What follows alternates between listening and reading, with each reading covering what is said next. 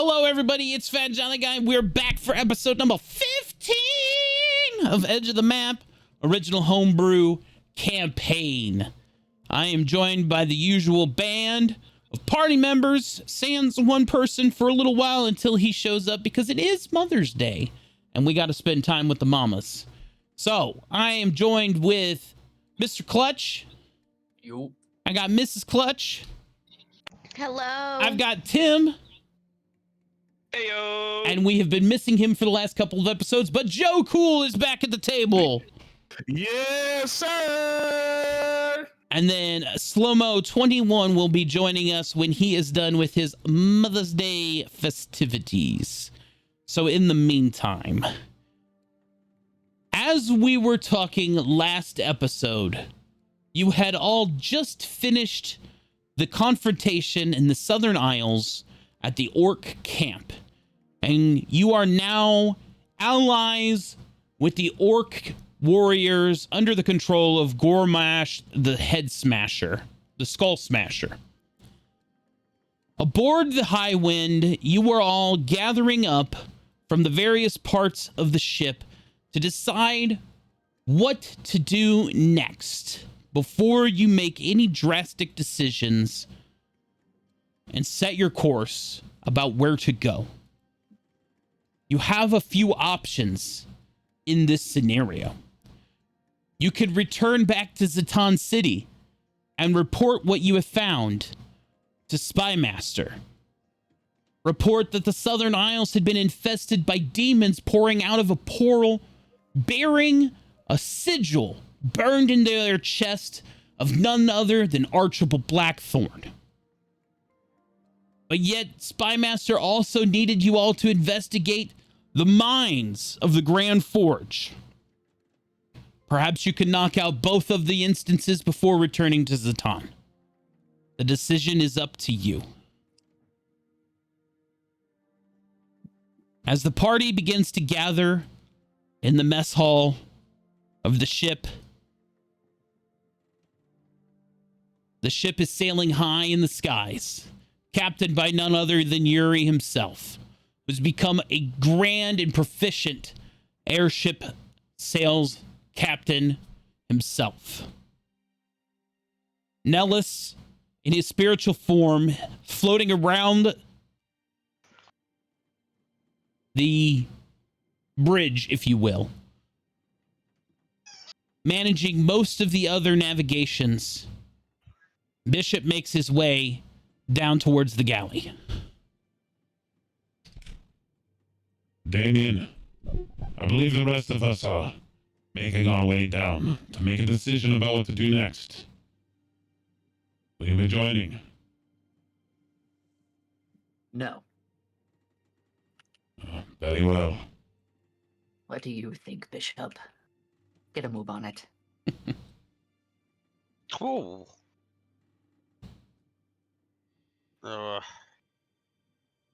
I believe at the end of last session, I had made a meal for everybody, which is why some have temp HP, right? That is also correct. I believe your temp HP was also... Oh. I believe the temp HP had not been decided last session either. I believe that's residual from some of the stuff. So if you would like to roll a temp. Or survival. It's bean juice and salad, guys. I'll take that 5. And besides, that salad probably go good. Got a little heartburn from this fire breath.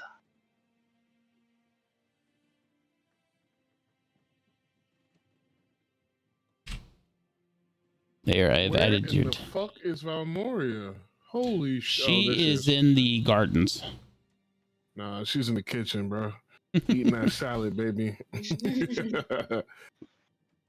Fruit salad. Yummy, yummy.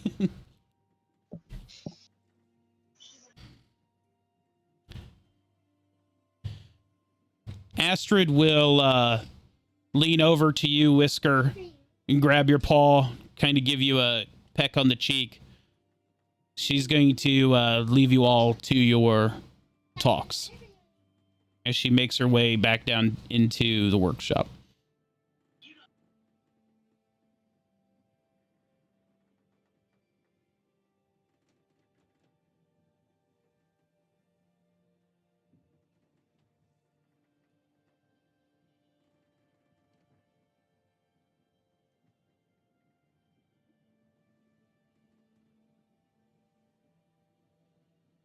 Whiskey, come on, let's join them over at this table.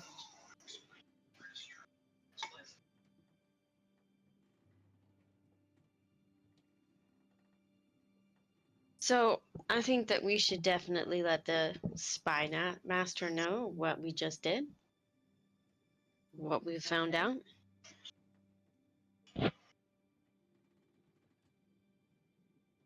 I don't have a problem with that. Well, do we plan on making a quick pit stop then? If that's what everybody else wants, we can make a quick pit stop. What else is on the agenda? If we don't want to go in person, Valmora does have the capability to speak with birds. We can send a message that way.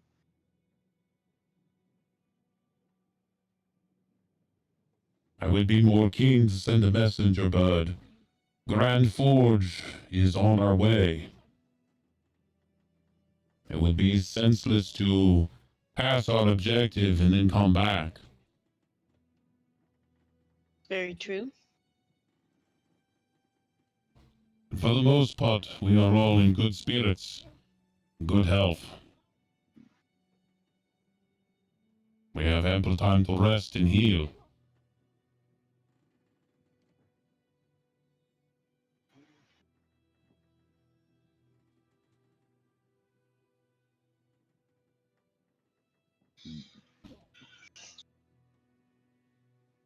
What?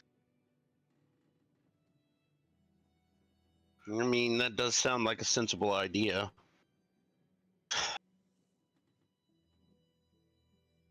I'm fine with that. I mean, like I said, it's pretty much whatever the group wants to do, whatever we decide, you know? Yeah, I'm right there with you, Val. Valmora, can I ask you about your magic birds? Yes? What would you like to know?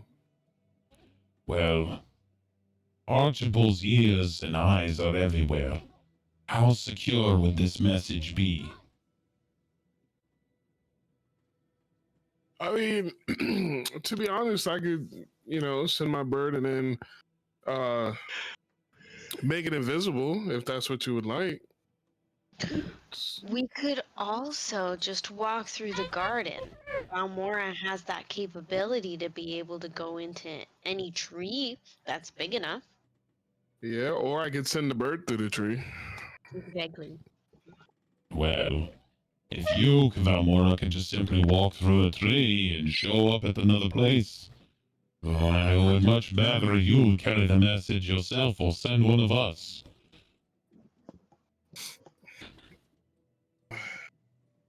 Okay.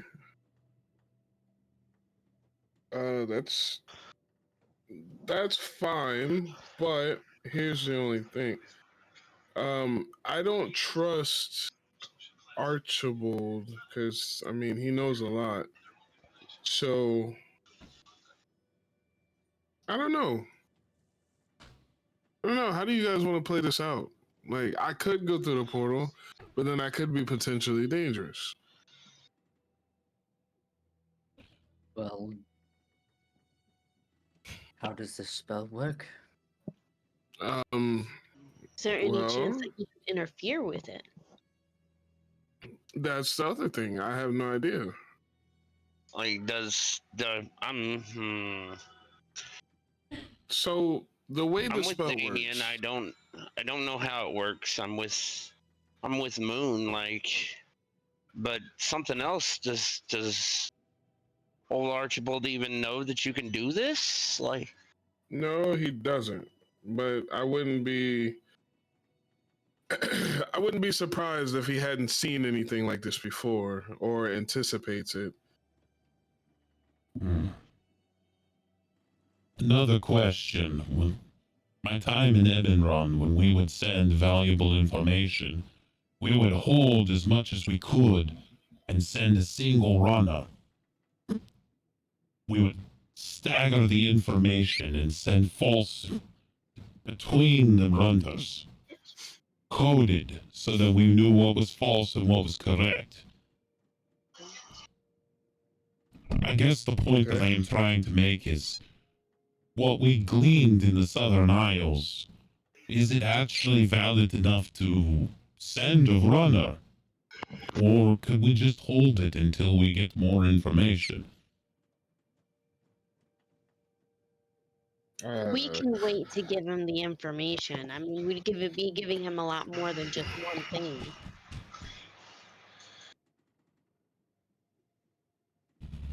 Because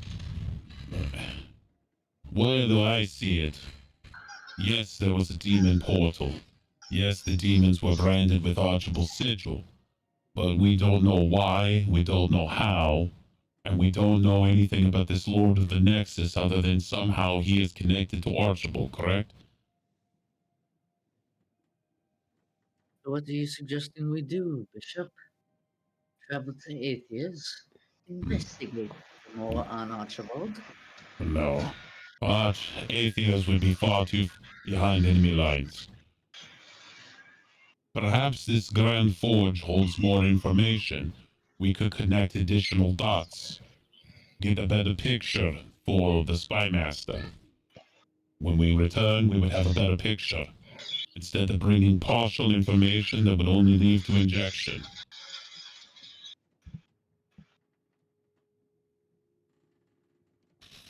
Okay. hmm. That is only my opinion.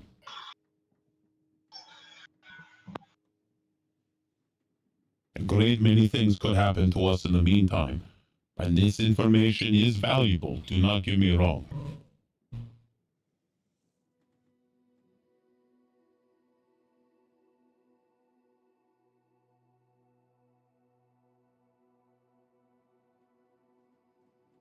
I agree with Bishop. I think we should maybe come up with a better plan to transmute this information, in the very least.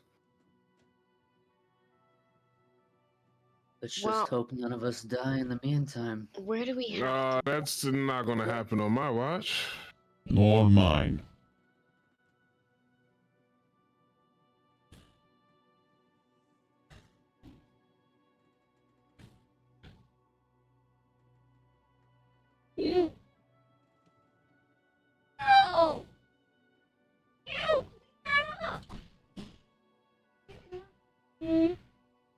I say, if Valmora is sure about her bird, at least send the bird with the information.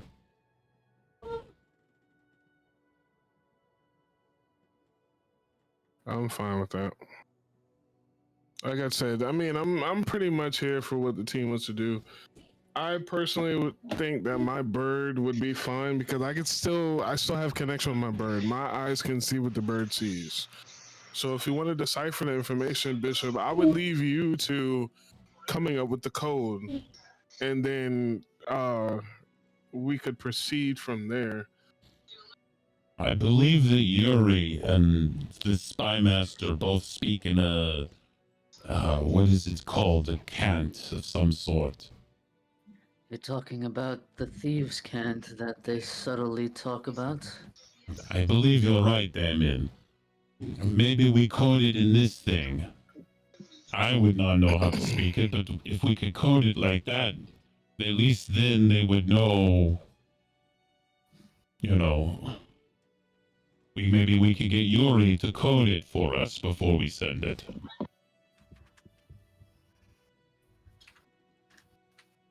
That seems fair. But I still think that Valmora should still send this bird through the portal.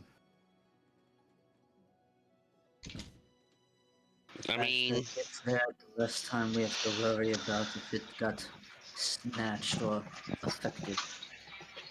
yeah. I do want to forewarn you that it takes an extreme amount of energy for me to do this. So, in between doing this, I might need some rest before I could do it again. Well, Well, it I is, don't think that we're going to be traveling to the airship anytime soon. well, it is 14 hours to Grand Forge.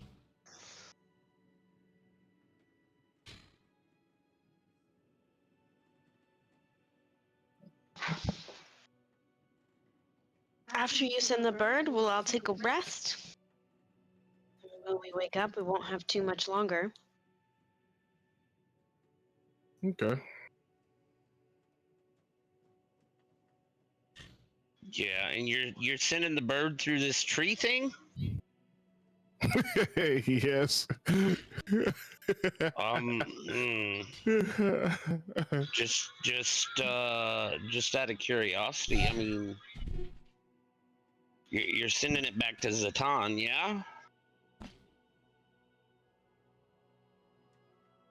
yeah? Yes.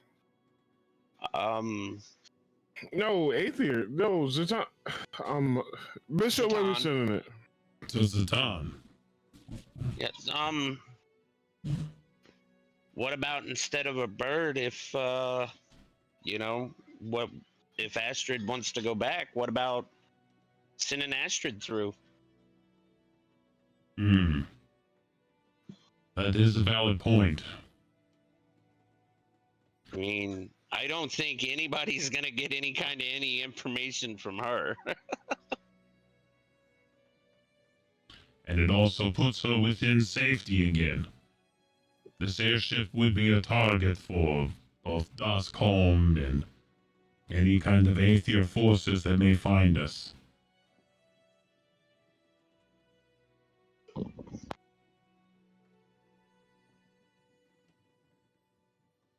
Why don't you go and ask her, Whiskey?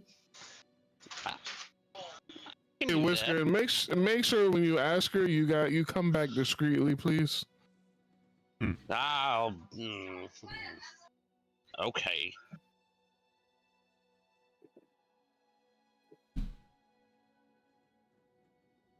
Val, comeback, was that some sort of niche? Some sort of ploy from earlier yesterday? Curious. Wait, say that again? Nah. I suppose not.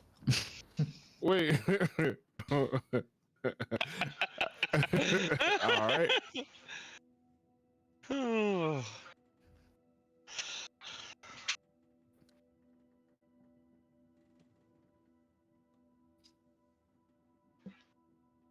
Whisker, as you approach Astrid in the workshop, you see her with a pair of welding goggles on, and she's working on something on the bench. Hmm. What you working on there? Oh, just, I don't know.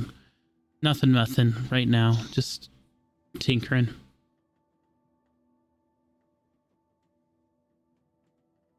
You're tinkering on nothing? Yeah. Have y'all made a decision about what you're doing? Actually, that's what I came to talk to you about. All right, let's hear it.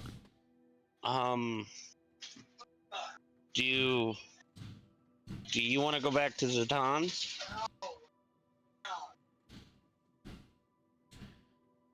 Well, I definitely feel safer in the city. Well, if you want to go back, we've got a way to get you back to the city, but You're not coming with me, are you?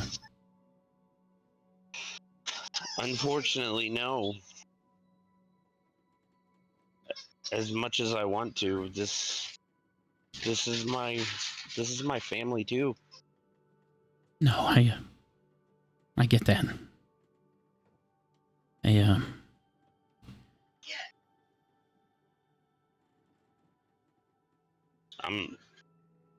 I will be back. I'm not leaving forever. I believe you when you say it. I worry with everything going on out there, and you know, when I was standing on the deck watching you walk through that orc camp, and then I couldn't see you after you got into the ruins, and you know, the only thing that let me know you were okay was the sound of your guns going off. You know? So you need something to make sure I'm okay? I know you're going to be okay. I just want some reassurance.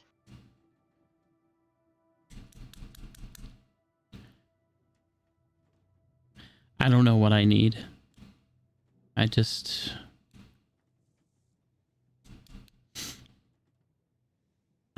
haven't had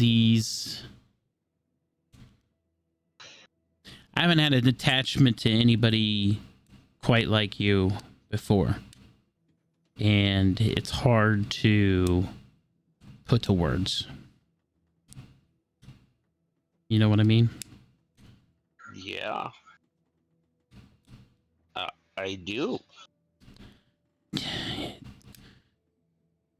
You're the forge, and I'm just a piece of metal, and anytime you get close to me, I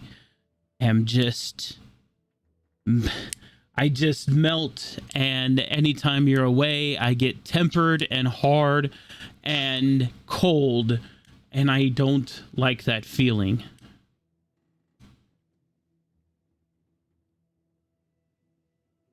So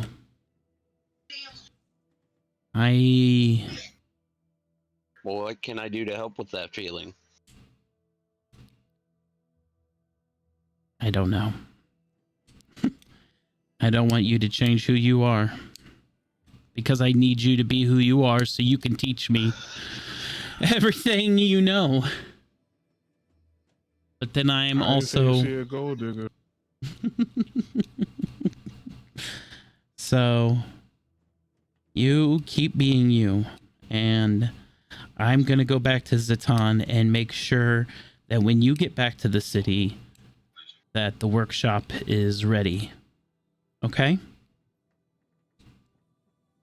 Okay. Because when you get back, you and me are going to study, and you're going to teach me. And then when you're gone, I am going to apply everything that you teach me in the meantime. Because if I can keep myself busy with everything that you teach me, then maybe I can keep myself distracted from this feeling of missing you, you know?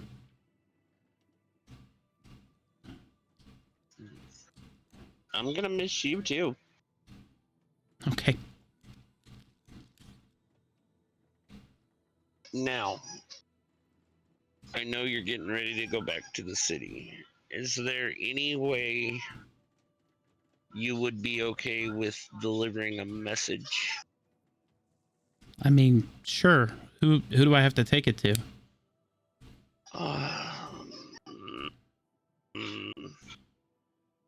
Damien calls him the Spy Master? I have no idea who this is. Player to player monastery. He'll be in the monastery outside the city. Monastery outside the city. The old ruins? Yeah. He's living outside the city? Can't be safe, but okay. I can take a message to him.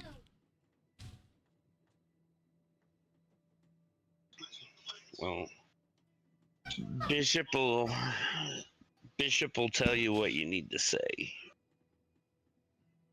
Okay. There's some kind of secret coding. I'm not entirely. I don't get it. Something coded secret. 1 by land, 2 by sea. I'm not sure. Okay.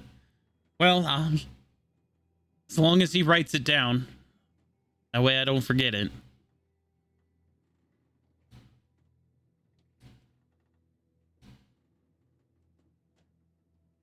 We'll make sure that he gets it wrote down so you can deliver it. Okay. And not that you need it, but I want you to go ahead and keep those revolvers with you.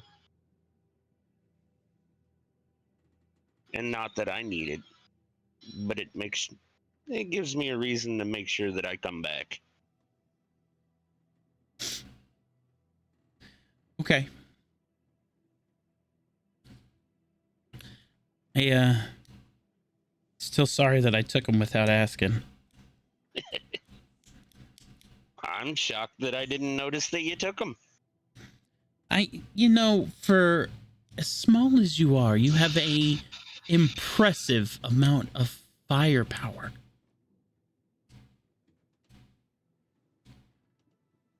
And with that, she's going to kind of grab the chest armor on you and kind of pull you closer, as that last line is a little bit flirtatious, as she's not really talking about your guns anymore.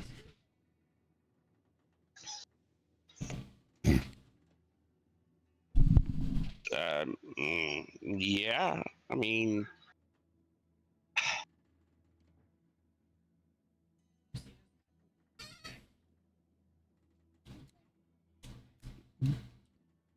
What's the matter?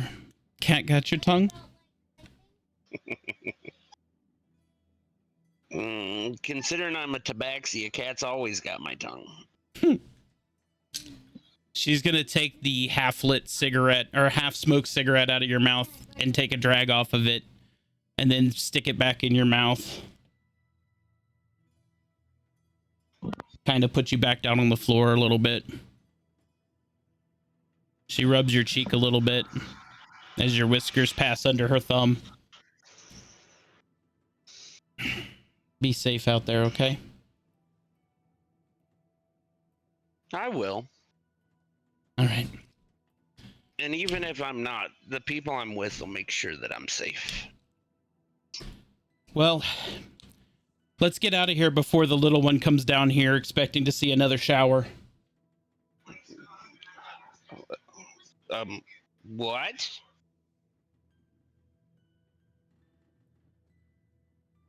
You heard me.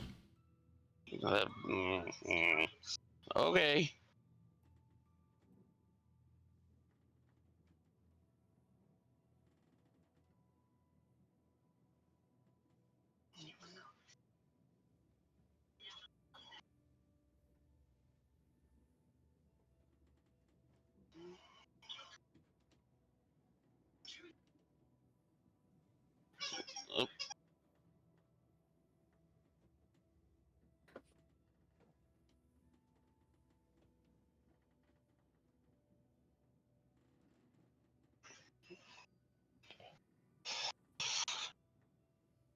Or have you decided? I'll carry your message back to Zatan.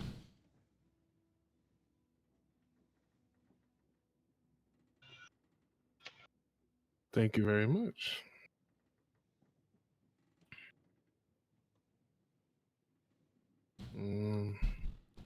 Well, then I guess I better go upstairs and have Yuri code this then. Don't make it too difficult for her. I'll get him to write it down. Yeah, that would be great. Yuri's been working with the spy master for a while, so I'm sure he knows just what The spy master will understand.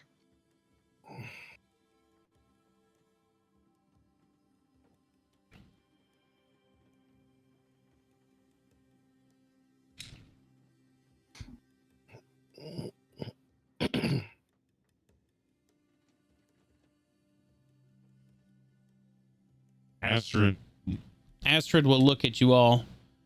So if you're all not going back to Zatan, then you're all going somewhere else? Aye.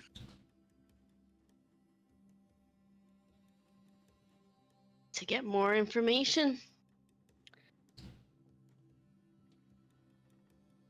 You promise to keep this one safe, right? As she kind of shoulder punches Whiskey a little bit. Well, now he keeps us safe. Don't worry. I won't let anything happen to you, little pussy. No. And I'll do like a little heart shape with my finger. Whiskey. Listen, I know that's a joke, but we talked about it once before. You can't just be flinging derogatory. You just. Ah. Remember what Bishop said? We're all in high spirits, remember? Yeah, speaking of high spirits, Damien, when are you and Moon going to give us a little spirit? What do you mean? How are we supposed to give you a Don't answer spirit? that, Moon. Valmora. Do you really expect me to Yeah. bring a little spirit into this world with Archibald still around? Yes, absolutely. I No mean, mind. Vesper's Wait, how gonna are we supposed to make a spirit? Vesper's gonna lean across the table, look at Moon, and he's gonna mouth the word baby. Oh. That makes a lot of sense because babies have spirits too.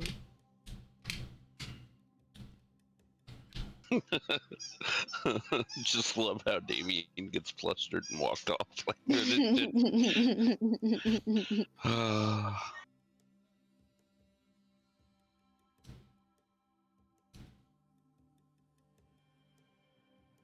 I mean, you don't think we can keep you two safe?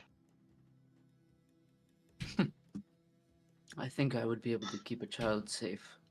Just like we did before, but Well, then Not what are yet. you waiting for? let me ask you, Whiskey. What are you waiting for? Ah, cat got your tongue. I mean, Because he is a cat. Moon is correct.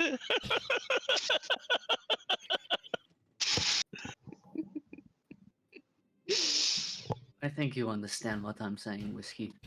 I do.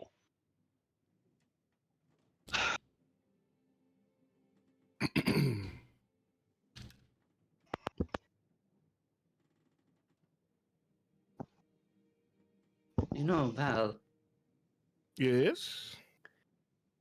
I don't really think that any of you, really, besides myself and Vesper, we've really talked about our parents before. Mm-hmm. You want to know about my Where do parents? your parents reside? If they're still with us.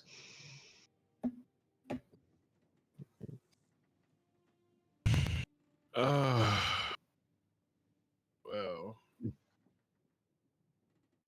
mm, It's kind of hard for me to speak about it because I kind of wasn't ready for that conversation yet, but give me a few minutes. I'm going to go pray. Well, you've heard me speak about my father. I know him. He's right here. No. I get to travel with my dad. It's awesome. Wait. Does that mean if you two are hooking up, does that make her some sort of like stepmom?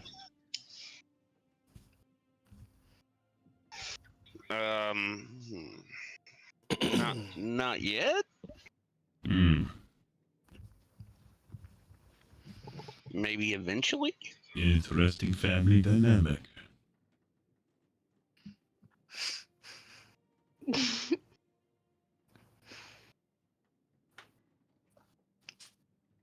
Well, there's nothing to say about mine.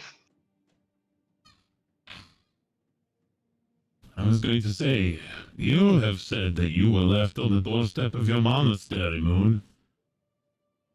Yes. You have no idea about your mother, about your father? I know that they had a purpose in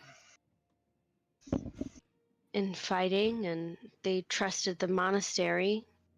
I know that I have been handpicked by my god, and my parents had died doing something in service for him. Hmm. But it's okay that I don't know. The monastery gave me the best environment I could have asked for. In your time in the monastery, did you ever have somebody that you referred to as a family member there? Or like that you called No. father or an uncle or any of that? No. So there was no illusion of family. Monks all share the responsibility of everyone within the temple, within the monastery. So I was scolded by many different adults when I would get in trouble, and I was rewarded by many different monks within the temple when I achieved different goals. Huh. When I Could you behaved. imagine? Little Moon getting in trouble in the temple.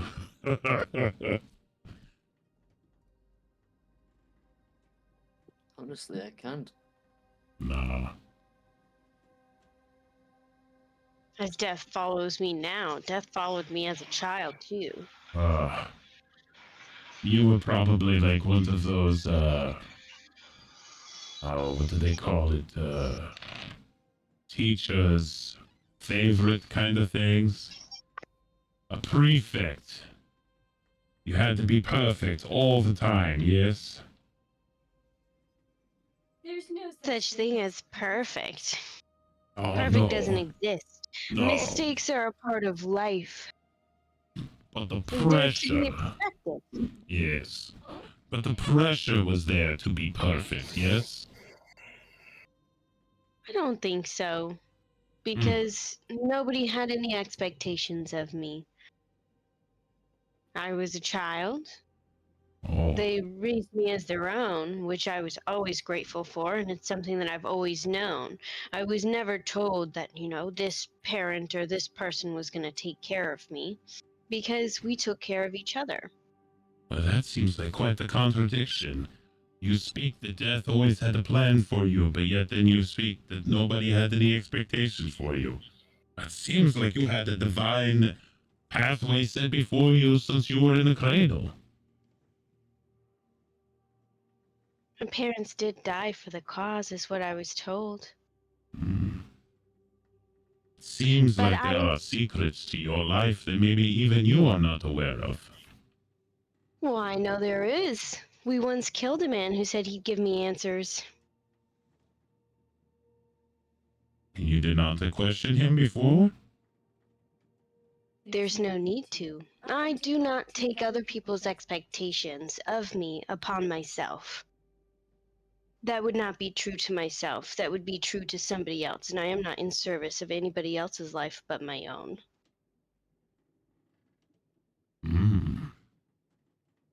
That is a It is the way of the monk. truly inspired way to look at the world. A lot better than a wheel, isn't it? Huh? I could not. You are correct, Damien. I am a gear in the machine. I will always be a gear in the machine. I could never imagine being separated from that machine. To be free of that. Do you feel alone by being so independent? Independence and loneliness are not the same thing. Every day there is a moment within the day that you should be by yourself and alone to gather your own thoughts and feelings and emotions that aren't influenced by what you see or feel around you. Meditation is huge in a monk community just for that reason. But the community that I had in the monastery, as well as the community here, does not make me feel alone at all. I feel at times I may be able to be slightly careless with myself because I know that everybody here would have my back. Hmm. I am safe in this environment with these people here, and I felt the same in the monastery as well. Just because I do not have a literal bloodline family that is alive and well does not make me alone. You create your own family, and that is one thing that the monastery taught me as well. Blood does not make you family. You create it yourself. Yes. You see, the Grand Machine also has a teaching similar to that. That many gears surrounding the same cog makes for less.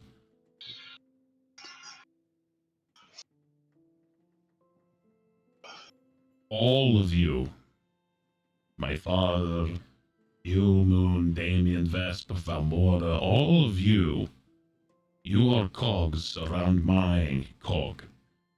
And you help me spin to decrease my struggle in the world. You aid me in my struggles so that I can help others with theirs. You are what the Grand Design would call my machine. A machine of choice.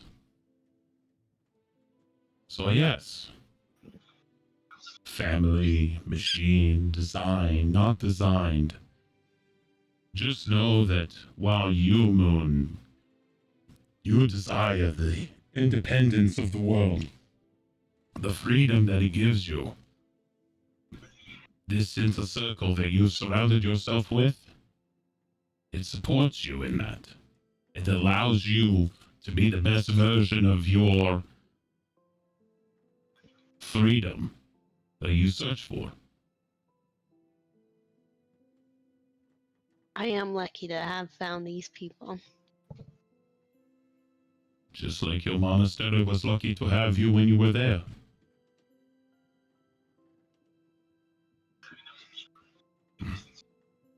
You know, it is oddly satisfying every time we have one of these religious talks, you and me. Because I find so many similarities between Grand Design and your, well, death religion. What many-faced god, yes? Yes. I feel like if I were to ever meet him, we would be unison, you know? I think he would be entertained. As would I. Valmora, are you still with us? Absolutely. I was just getting ready to explain to Damien just a little bit about my family origin. See, where I come from Aurora Frostwood Sanctuary. And there I have what my family is called a grove. And it's a little bit different where I'm from. When the firstborn daughter is born, or when the firstborn daughter comes into the grove of each family, they're given to the grandmother because they're supposed to bestow their powers upon the granddaughter. And with that, I never actually knew my parents. I never knew my father nor my mother because they would essentially raise my brothers and I would go with my grandmother. I have many cousins. I have many aunts and uncles, but they thought it was a curse for the mother to raise her daughter. Weird dynamic, but yes. So my grandmother, when I on my 12th birthday, um, my grandmother, she succumbed to a deadly disease, and it was said to come from eating meat. So our grove swore to never eat meat again, and that is why I choose not to eat meat for my grandmother. Um, a little bit more about myself, where I come from. I know I mentioned that my grandmother, she was supposed to bestow power upon me, and that is the reason for the primal warrior. So normally on for my ritual, my grandmother would pass down this power, and I would inherit it, and we would go into combat and do it's basically a challenge within my grove to see who is the heir to the throne. And my grandmother, she was the queen of our grove. And that is why I am on my quest to gain power to go back to the grove and be deemed worthy of the queen.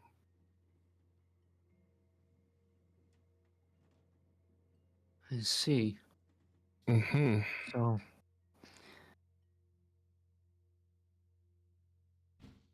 Huh. what? We have a king and a queen amongst our midst. Who would have thought? I'm just. I am.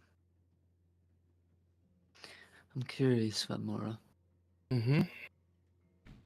Since you have been bestowed upon these powers of the Primal Warrior, Mm-hmm. why haven't you gone back? I simply don't believe it's time yet. Aye. When when I come back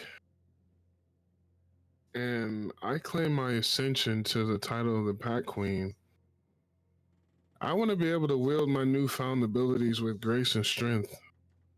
Because that's the most important thing to me is that's what my grandmother left. So when I come back, I want to make sure that I am that beacon of hope for my people and a testament to the resilience of my family's name. And as the seasons pass in our sanctuary, I want to be able to have the trees, the insects, the animals, my family to dance in celebration and have this vibrance that it once had when my grandmother was queen of the grove.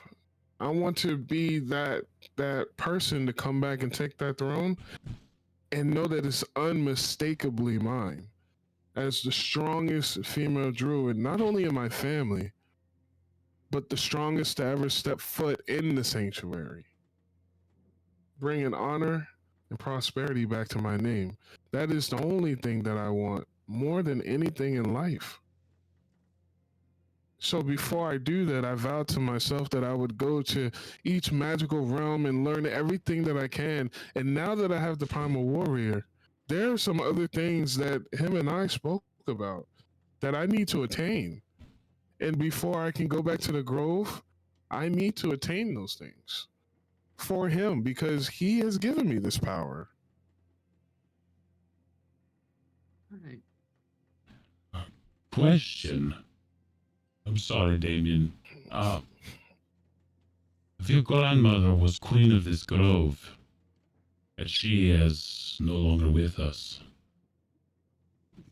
and you are here, who is in charge of your grove?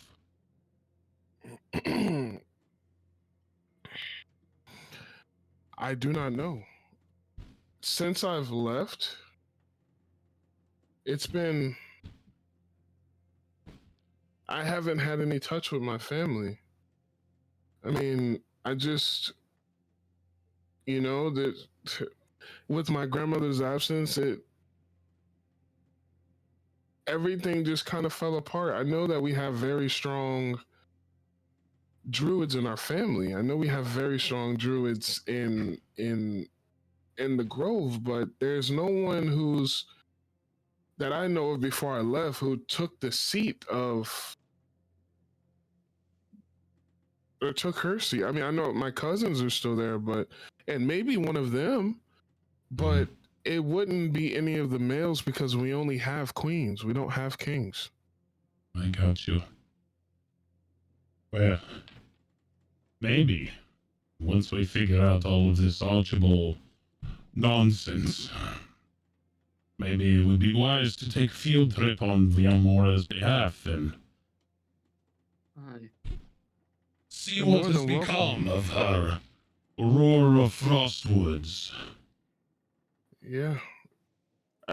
I just know we have the championship games, and whoever wins that, the strongest druid at a battling, we have a pack king and queen. But at that moment when I left, all of the children were too young, and all of the males in our grove, they were out scouting. So I'm not sure.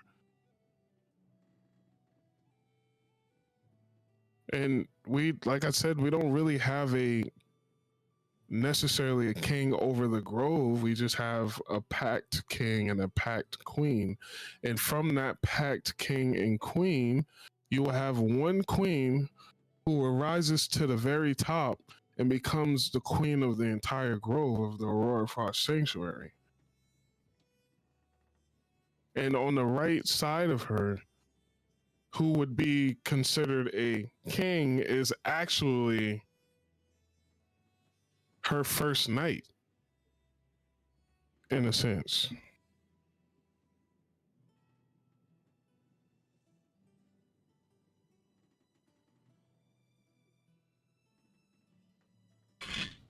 I am very curious to see these games. Can we play in them? No, Ski. But assume only no. It sounds fun.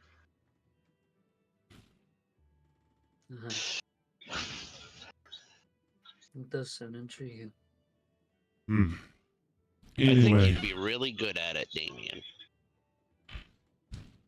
Well, considering I've already beaten the Primal Warrior once, I think Well, so. maybe you'd like to try for round 2. I'm sure Mind he will. you. But- That is completely up to Valmoria. Yes, but mind you, this was a primal warrior who doesn't have all of his strength. Aye. And at this current moment, my pack, they have far stronger weapons to their disposal.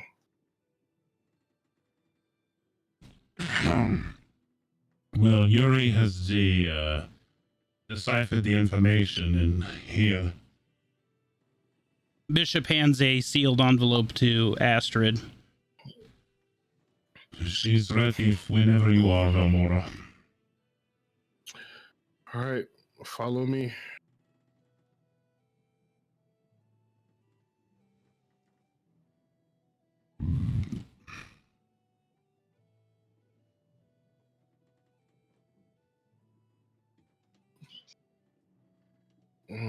Astrid?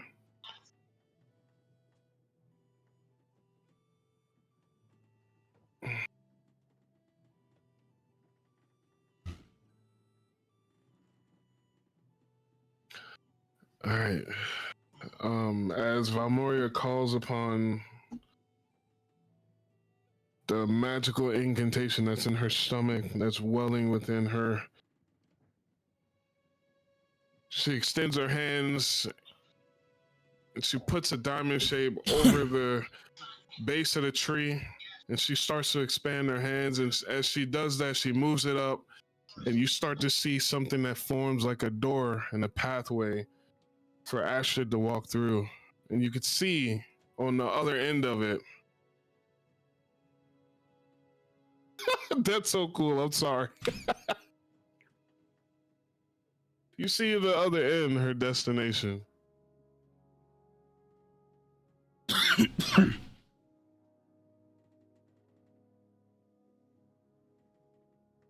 Be safe, Astrid. I love watching this. All right. Well,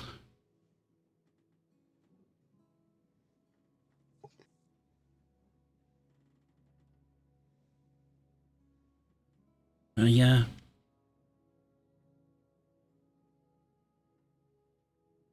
Whiskey?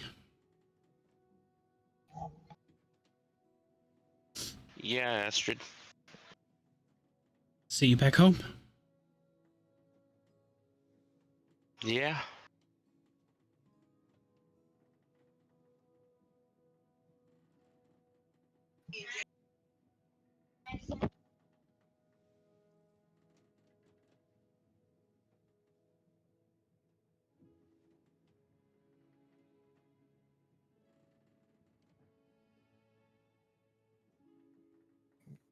As she walks through the portal, Moria is going to slowly close the portal.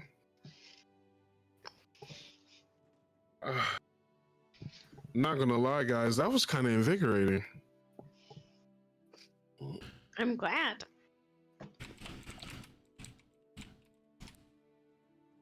I love watching you do that.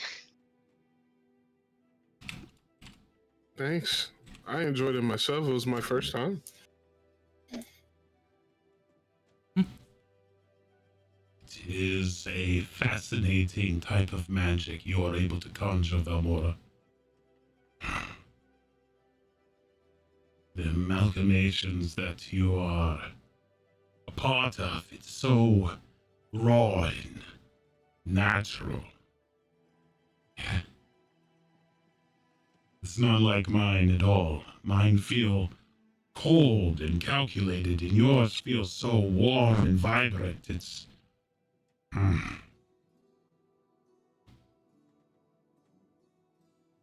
Well, thank you.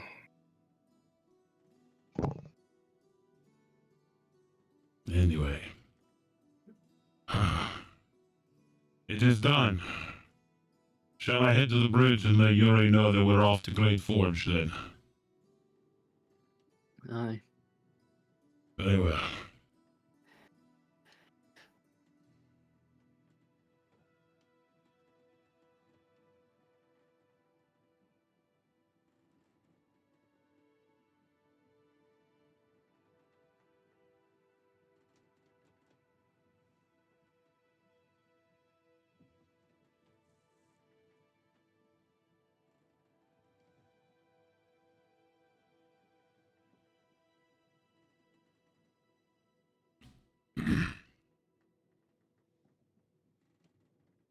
With that, as Bishop heads for the bridge,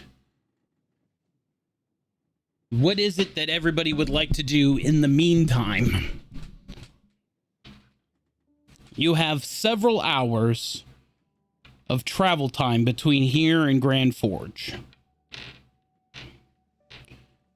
Grand Forge is located in the heart of the mountain range, north of Duskholm and west of the Aether Nation.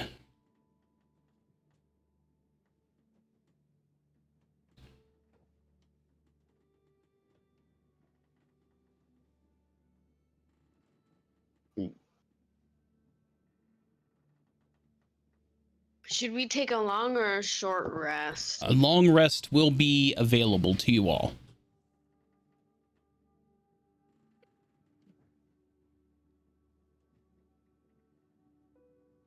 What was that, Jolly? A long rest will be available to you all. Damien is only going to short rest.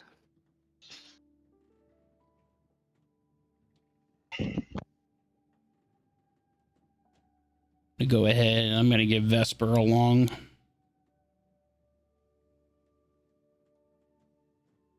As Vesper is just going to kind of crash out in the bungalow.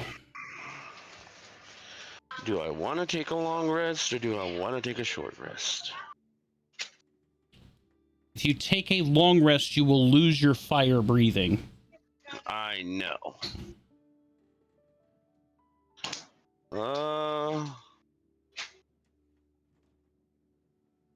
Do you even need a long rest? No, I mean, my HP's full.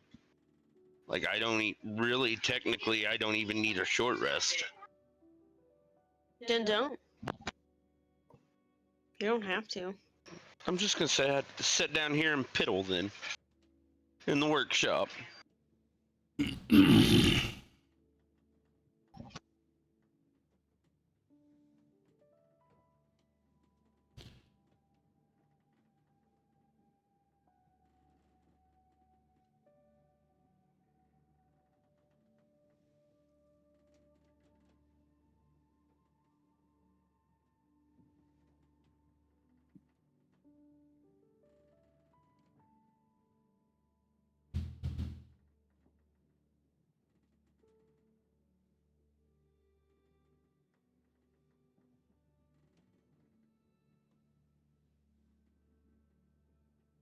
While we are on this trip, where is everybody at? In a bed off to the side. Okay. I'm not worried about Vesper.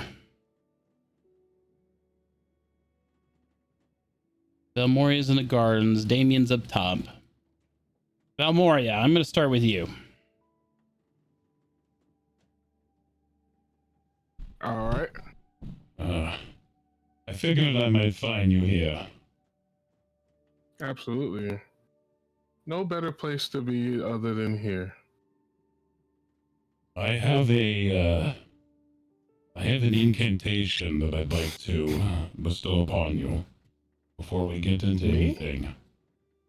It's called a Death Okay. Ward. If your HP were to be at 0, you would be at 1. It will save you from death. I'd like to Wow. bestow it upon you while we have a time. I definitely appreciate it. I want to go around the ship and make sure that everybody has one while we are outside of combat.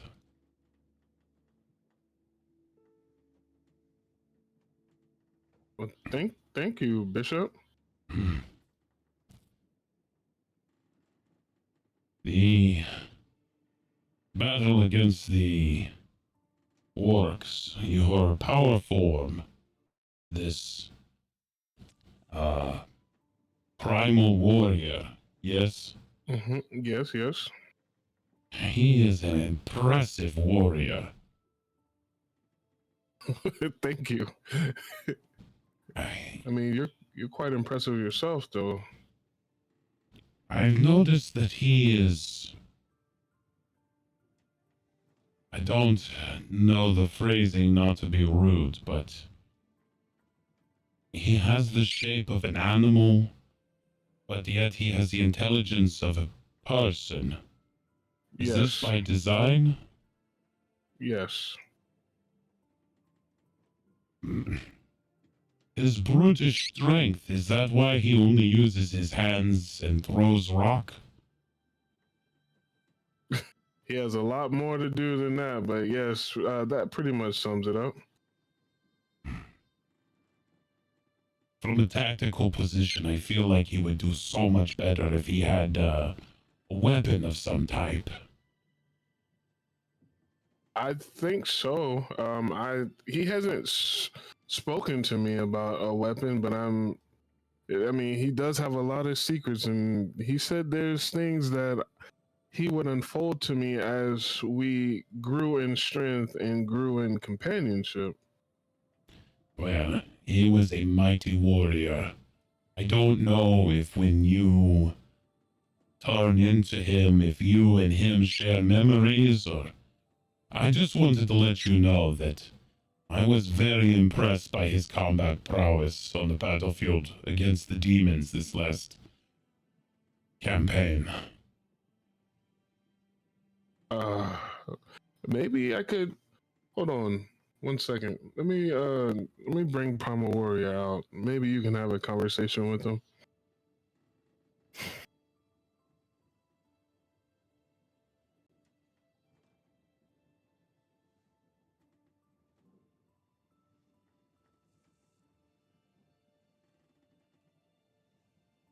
Whoops.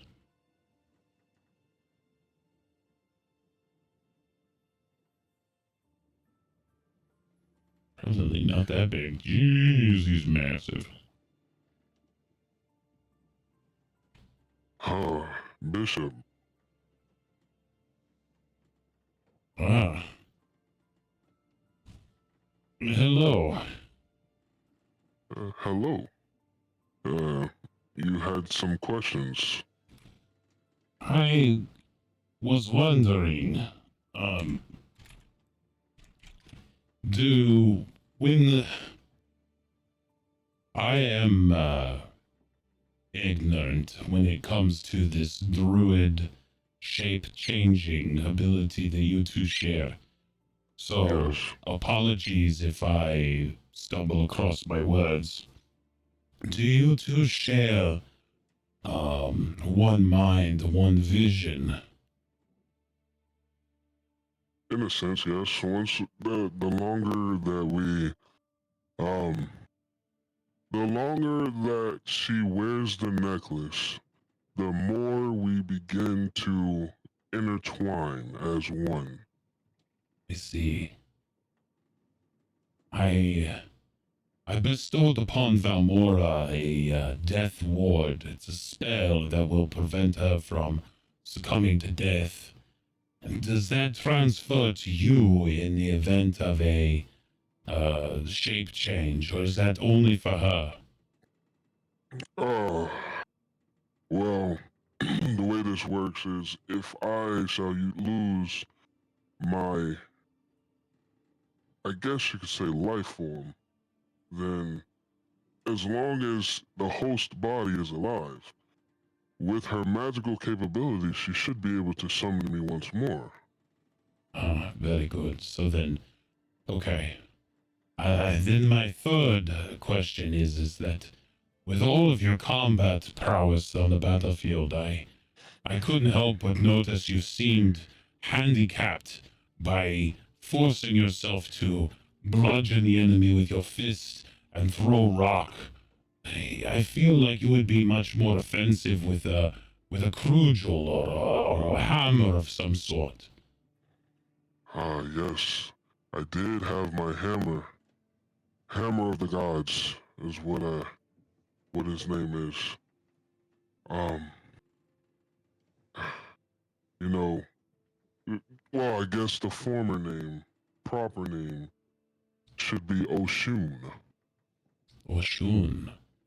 Yes, it is my grove's god of wrath, Oshun. And what has happened to Oshun. this? I'm not sure. It's since Claire and our last battle before, she took her depart to glory. She she told me that she wanted me to find my hammer and proclaim it back, but I don't know where is when she passed I I don't know. I, Yeah, she was saying something about the hammer going to its rightful home until the next heir to the primal warrior. my friend, I can tell this is a hard conversation for you to have. I'm Yes. sorry to encroach. It's not. Mm. It was not my intention. I meant it as a tactician, not as a. I'm sorry to impede on history. It's okay. Regardless, you are a great force on the battlefield, and we are lucky to have you. Valmora is lucky to have you. Well, I definitely appreciate that. Well, I am going to see the rest of the crew and make sure they are warded as well. So, enjoy your solitude amongst your trees, Valmora. Thank you, Bishop. And Primal Warrior, thank you as well.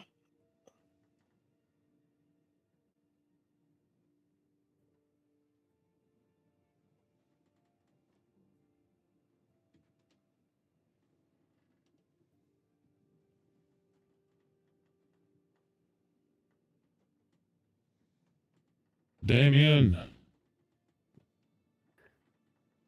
But are you up there? Damien's gonna poke his head over the railing. What is it? I have Are something we getting before we close? get to Grand Forge.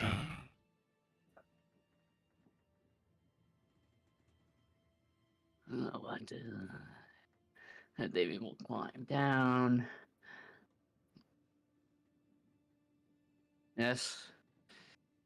What is Why? it? Here. Bishop will rub his hand together and place it on your chest. It is a death ward. Make sure that you do not die on us. Alright? All right. Why do you always seek solitude from everyone?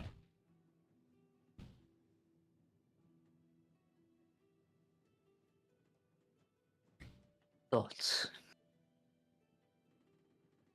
That's why. You are a great warrior, Damien. You fight many battles, but I feel you fight a war inside your head that you are always losing. Why?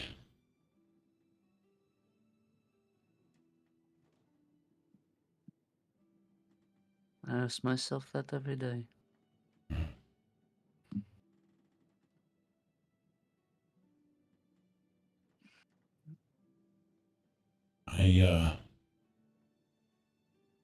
I don't know if I could be any ally to your thought war.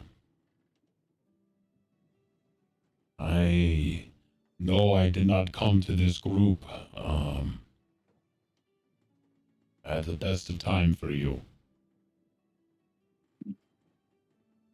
Just know that if you'll need anything from me,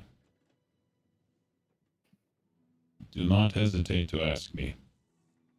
I may be young, but I have a lot of experience. And if you need Nellis, you simply ask. A cat is always looking for a reason to come dancing around. Like always. Anyway, Thank you. do not lose the battle in your mind, okay?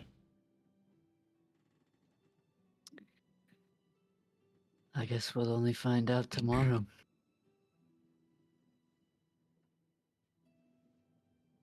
Well, back to your solitude then. We will not lose you on the physical plane, at least not today. You're all right about that.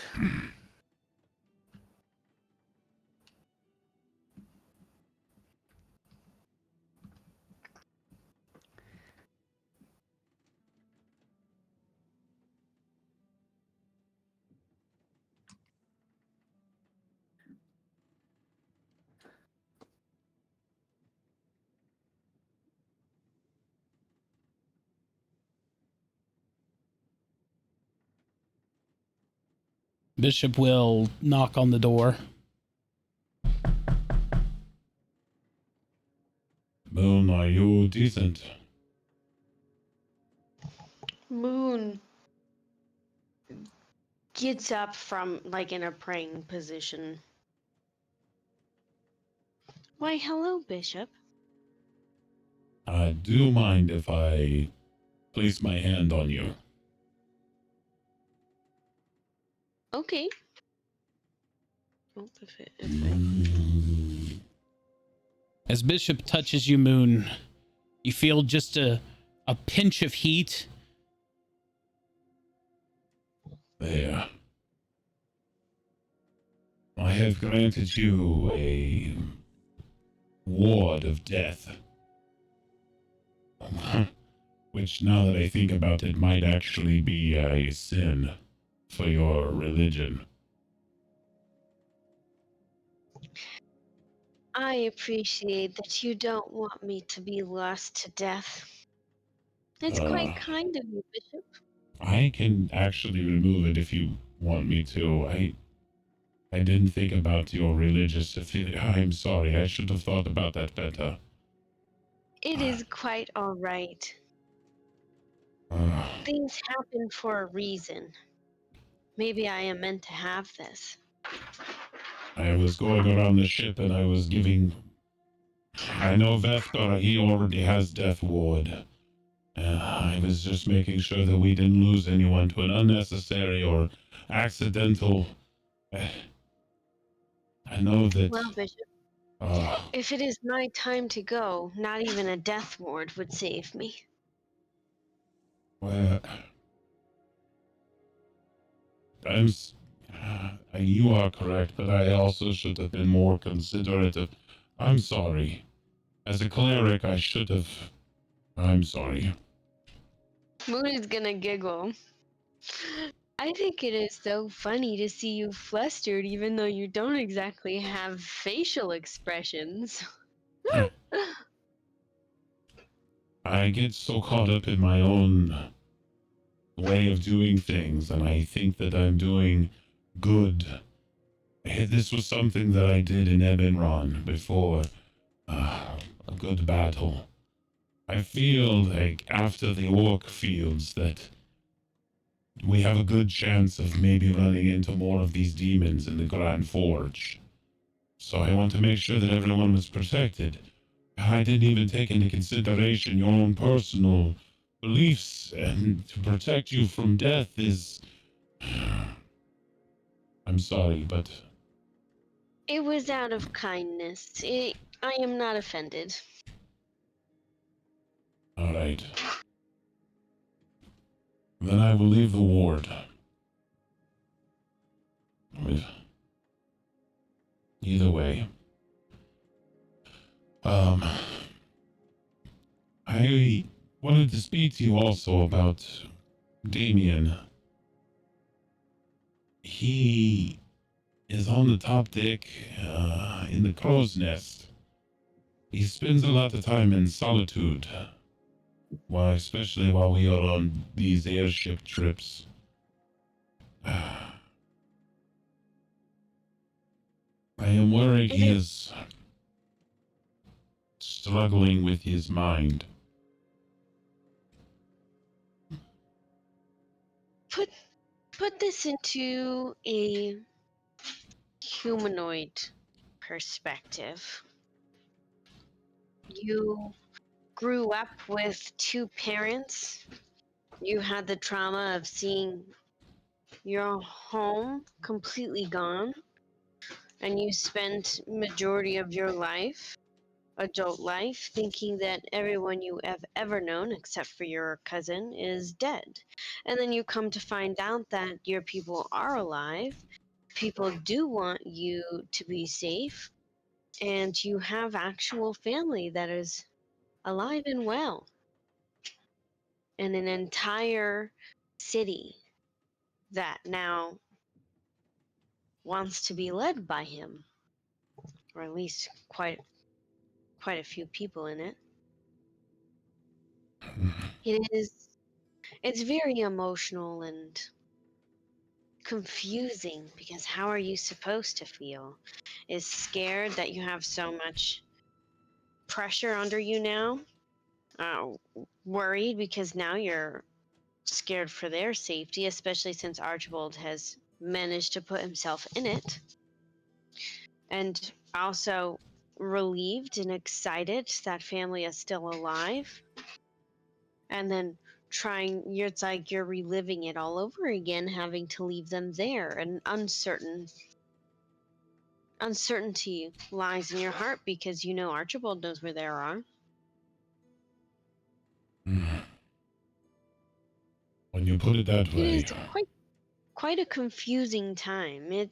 He's gonna need some space to understand his feelings. Much like we talked about earlier, you need time alone in order to digest everything that you've gone through, because you don't want it to be influenced by every single person that you're around. Everybody wants what's best for you, but it doesn't hit them the same way that it hits you.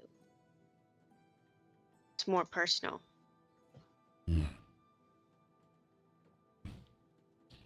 this is one of those times where I just I fail to understand the humanity of it, I suppose. Because Quite understandable. if you are struggling, to struggle is life. When you struggle, it is important to bond yourself with those around you. More you bond yourself with others, the lighter your struggle becomes. It seems counterproductive to isolate yourself. But then, And he is I not think a you need machine. both. So, Yes. But you also, like, it's both. It's both. You need people around you to help lighten the mood and lighten the load that you're carrying, but you also need time to yourself to digest it truly. I will think on this moon in solitude.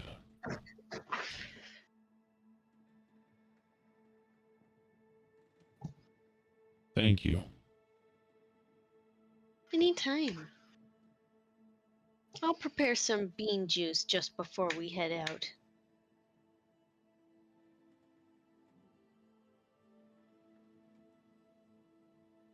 Father, are you in the workshop?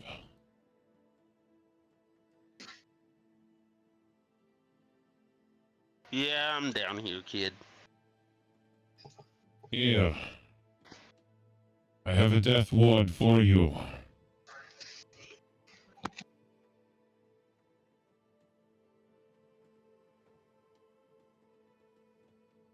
I mean, I'll take it. You don't But get you a should choice. probably. Well, I didn't figure I did, kid. I have a feeling that your lady friend would not be happy if you were to perish on this. So, you are taking this one. I have a feeling you're right, but at the same time, I'm probably the one you should be the least worried about with this. I have 6 lives left after all. Well, the last thing we want is for you to fall into a pool of lava or something and, have to swim through 6 lives. I don't know. Well, I mean, you put it that way, I guess. Think of this as a 7th life, I suppose. Either way. You know, I had 9 of them before you. Nellis has told me the story.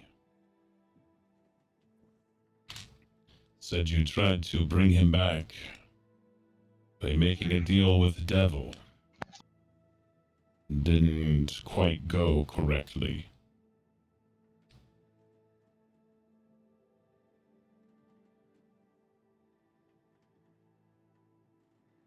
Yeah.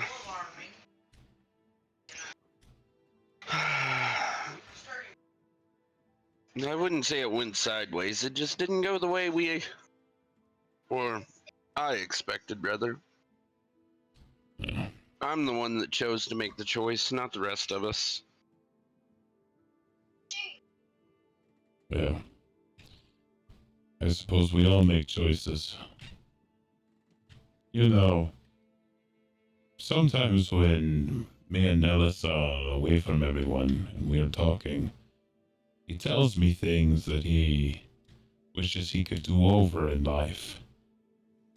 But then he always ends the conversation by saying that he always thinks that the choices he made got him exactly where he is right now, and he wouldn't regret it for the world. So, which is it? Change the choices that you made, or you don't regret it? Well, kid, there's always going to be a little bit of regret in everything that we do. In Nellis's case, I guess he's got you. Mm. You could kind of help ease him out of some of that regret, I guess. Some of the things he could have changed or did do and didn't do, rather. Maybe you could be a catalyst to help him.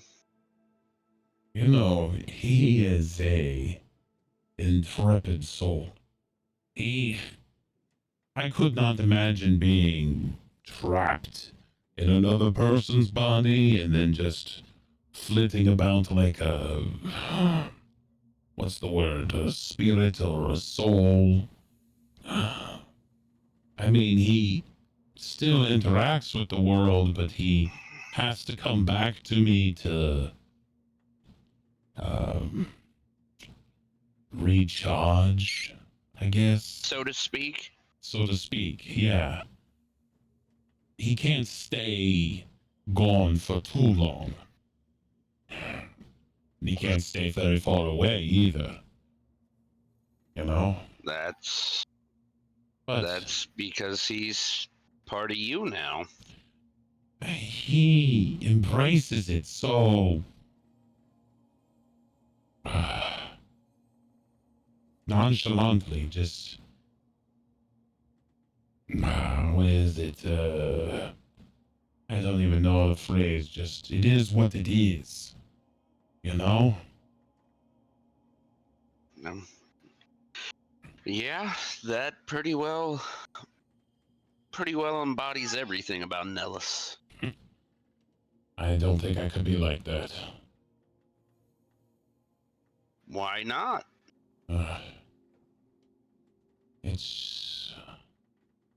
He's just such a free spirit. You know?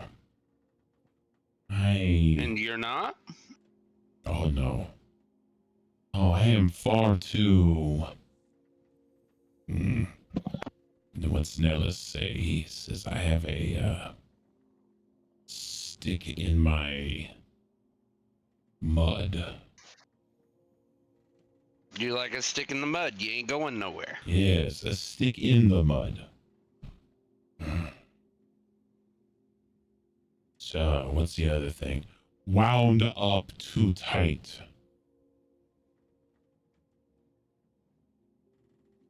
I mean, yeah, I could see that.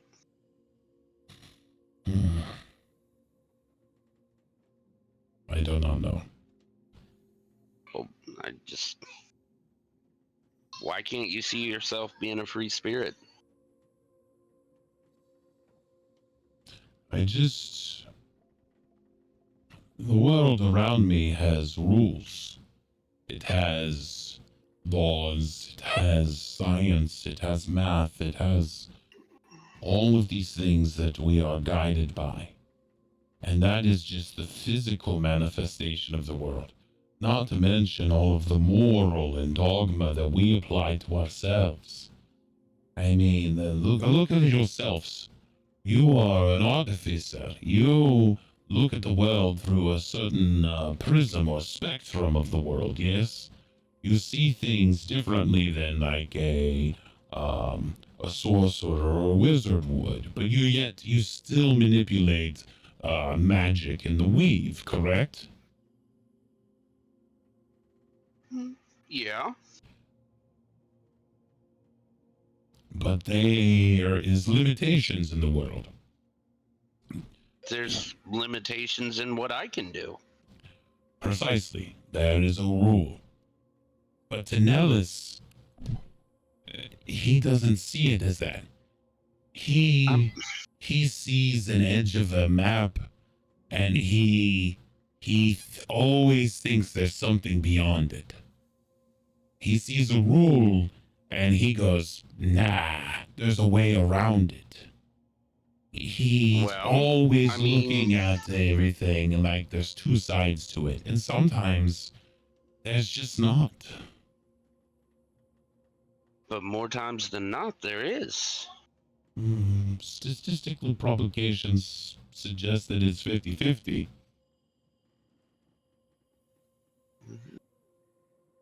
Do you want to take the chance and there be something out there?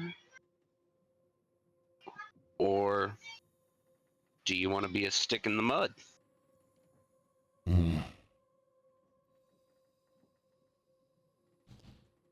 Statistically, if we go into the Grand Forge, we're all going to die. That is a statistic probability. And I say that because there has been no word from anybody inside the forge. And that is a dwarf fortification. And at least the dwarves in Eberron are known to be great smiths and fantastic warriors. So, from my experience on them, if your dwarves are anything like the dwarves we had, if something has destroyed them utterly, to where no thing is getting in and out of the Grand Forge, whatever is in there will probably destroy us. That is a statistically high probability. And therefore, I have warded every party member going in, aside from Vesper because he already has a ward. But that is neither here nor there. And I understand that, but statistically, there's also a probability that we'll be just fine. A much lower probability. All I am saying is that Nellis would leap haphazardly into the situation, sword and gun ablaze, and to hell with the end, because it is a grand adventure. You're right. That is how Nellis is. Like, I know I would like to think that Nellis feared death. But I don't think it was just the fear of dying that bothered Nellis. Oh, I know for a fact it was not the fear of death that bothered Nellis. It was the fear of not finding out what was out there. Nellis did not care if he died. Nellis cared that he didn't find what was at the edges of the world. He tells me this all the time. I asked him why he made the deals with the devils and all of these other things, and he tells me because he always wanted to find more. I just don't have that kind of spirit, you know? He always wanted more, huh? At the end of the day, I may be a war priest. I find my calm in the middle of the chaos. So maybe it is best that me and him are partnered together.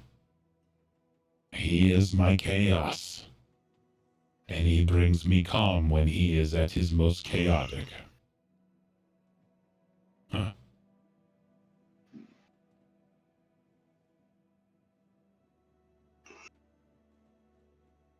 I never thought of it until just now. Hmm. Maybe that is who I am, eh? Maybe that's why things happen the way they happened.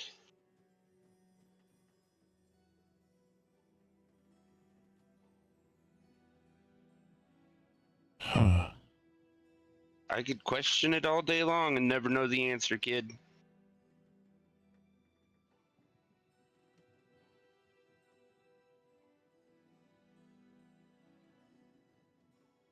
See, I know there's some reason as to why things happened the way they did, but I couldn't tell you why. Yeah.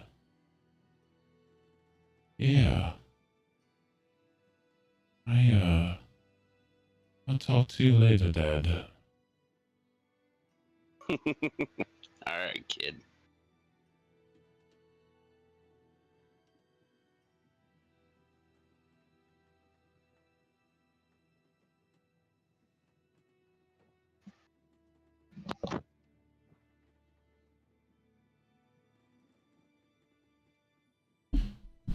As the airship continues along its course, is there anything anybody else would like to do?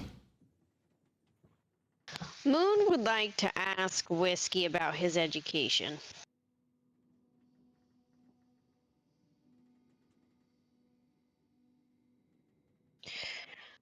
Moon is very confused because he doesn't like to read, don't think that he knows how to read, but he creates and reads blueprints. So, are there words on blueprints that you can actually read? Do you even actually know how to read? Oh, I know how to read. I just don't like to read. Okay. So that What? makes sense. Like 100%. I know how to read. I can read and design blueprints, and like I can read books. I can follow instructions out of those books. I just don't like to read. I'd rather just throw my hands in and go to work.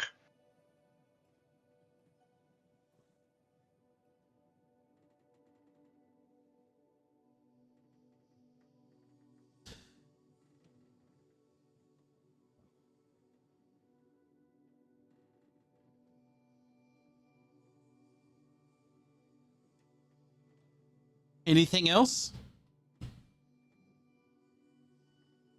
Nah. Any last minute anythings before we let a short rest, long rests, anything? I already gave Vesper his long rest. Moon took hers. Okay. Yeah, Val took hers a while ago. All right. After several hours in the airship, this is well in the afternoon. Night has passed. Daylight has broke again. It is early morning. The sun is just barely creeping up over the horizon now.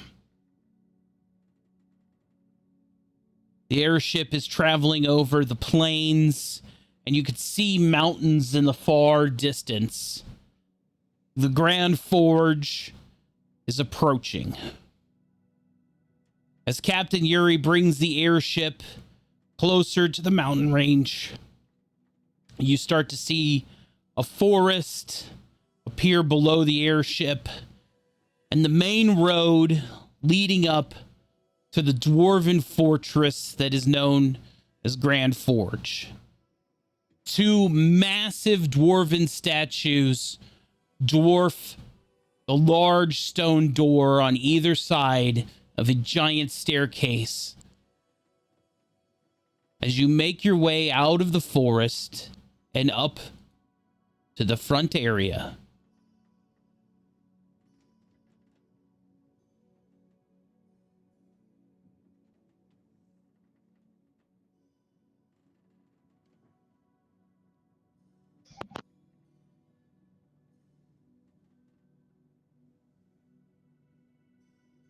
I like that we're in pyramid shape.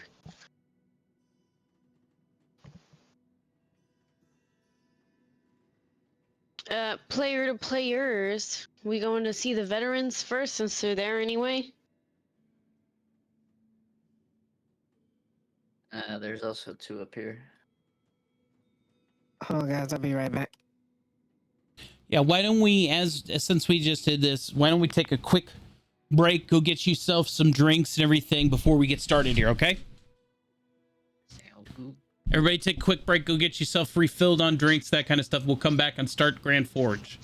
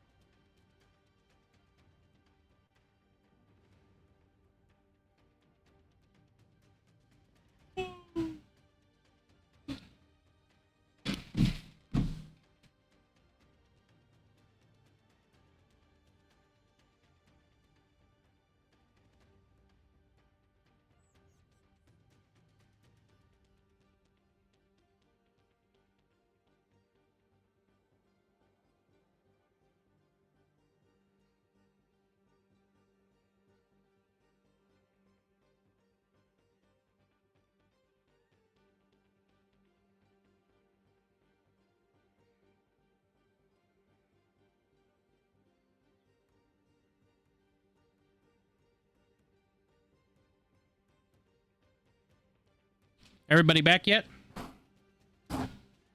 I am. I think Ashley's in the kitchen. Ashley is in the kitchen. She said she'll be back in 2 minutes. Okay. Nobody else answered, so we've got time. Oh, I'm here. I never left. I've just been watching TikToks. Right? Anything interesting? No. No, he said. Not really. The stuff that is interesting just makes me want to roll my eyes and forget about it. Got you. I've seen a couple like that. It's all the news, man. It's all in All the hips. Politics and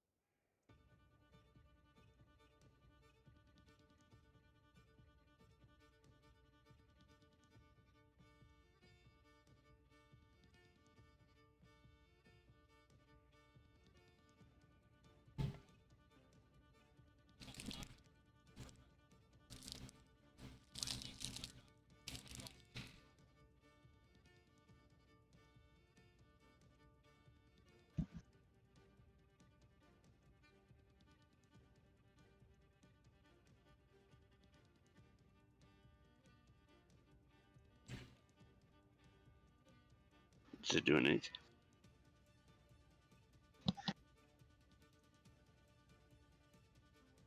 Oh, ouch.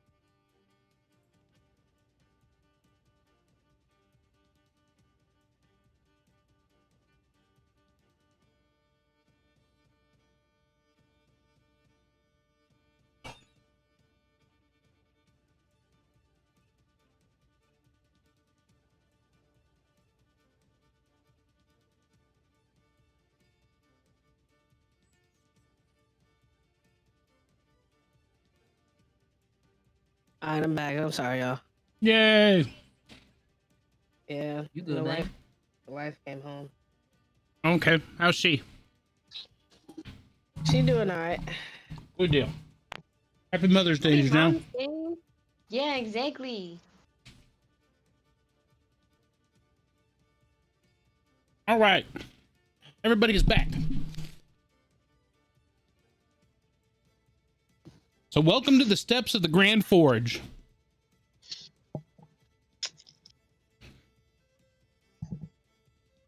And I realize that this music is probably a little hyped up for what we're about to do.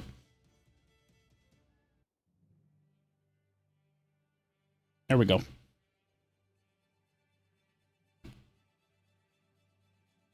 I love that there's so much more. Oh, yeah.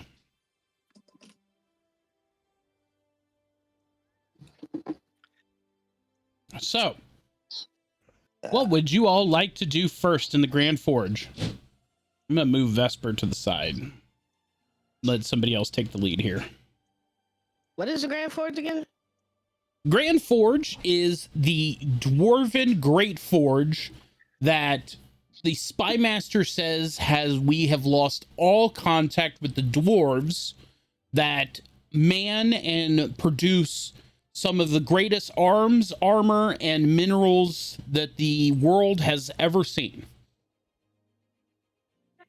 Okay. So the forge has been Did he silent. Did the Spymaster say who he usually is in contact with, or somebody to look for specifically in this He kingdom? did not give you any contacts. Just that the forge, that anybody he has ever tried to reach out to about Grand Forge, he has never received a response about. He said he did send operatives to Grand Forge before and that they did not return.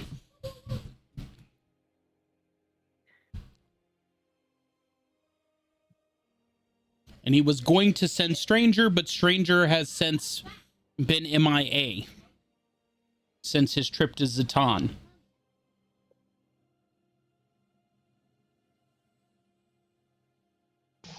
Best thing to do is just march forward. Yep, I mean, she's not wrong. With that being said, go ahead and everybody give me perception checks. Just so that you all... Yeah, go ahead and just rewind at the base of the steps.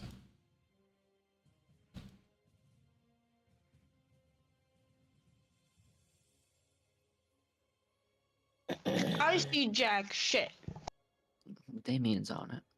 So's Whiskey. Val's not. Whoever's fucking dice that is, I blame them because it hit that shit and went straight to a nat.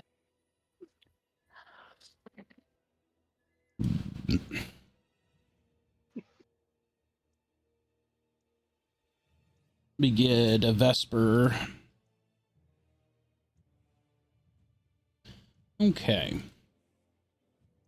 So, Moon, you are just befuddled by the absolute sheer magnitude of the size of this place. Being a halfling, everything here is just massive. The mountains are massive, the stairs are massive, the stone statues are massive, everything is just huge. So you are just looking up at everything. Question. Yeah. Are dwarves relatively the same size as halflings? They're about a foot taller than you. They're about whiskey size. Okay, then she's definitely gonna be very confused because, like, why would such small people need such big space? Absolutely. Whiskey, Damien, Bishop, you all are heads on a swivel. You're looking, you're doing the usual everything. You're seeing everything, you're looking at everything. You notice these wagons, you see all these boxes, you notice the people, you see everything in disarray.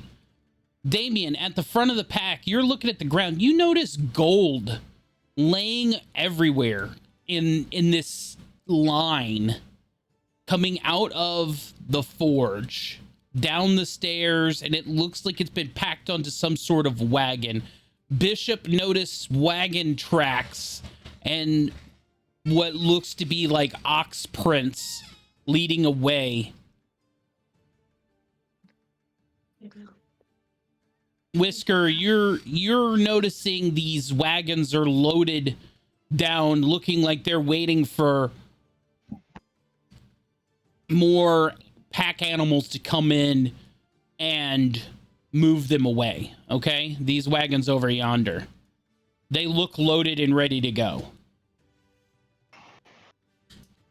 Okay, so these wagons down here look like they're loaded and ready to get the hell out of here, right? Yeah. So Um, while the are they forge, no, these veterans are not dwarves. Yep. They are full-size humans.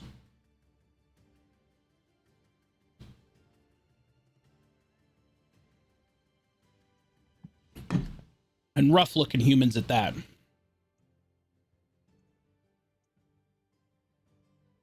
And Val, you're Hello just kind there. of taking in the sights. Yeah, I'm just here apparently.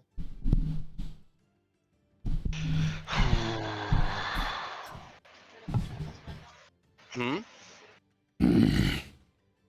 Is there something I can help you with? who's in charge here?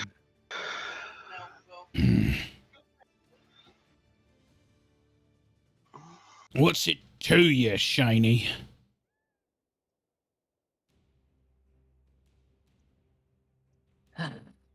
Why does everyone have to play games? Well, the way I see it, you lot are trespassing. Right. And soon my sword will be trespassing your ass. Oh shit. Who is the leader here? I just wish to talk. Right. You gotta talk to the ones at the top of the stairs if you want to talk to somebody.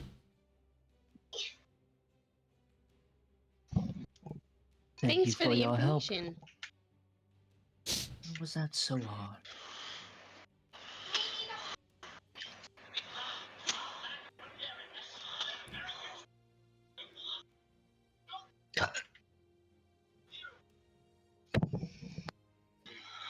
Oh, fuck. Hang on. Before we go any further, I lost my GM permissions. Oh no!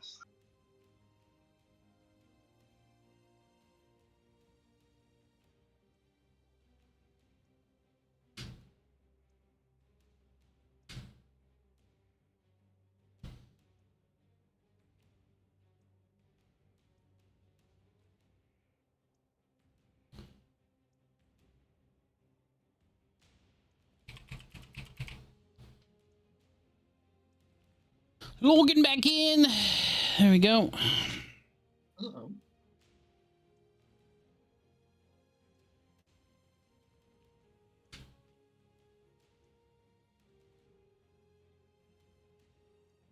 Okay, I am back in.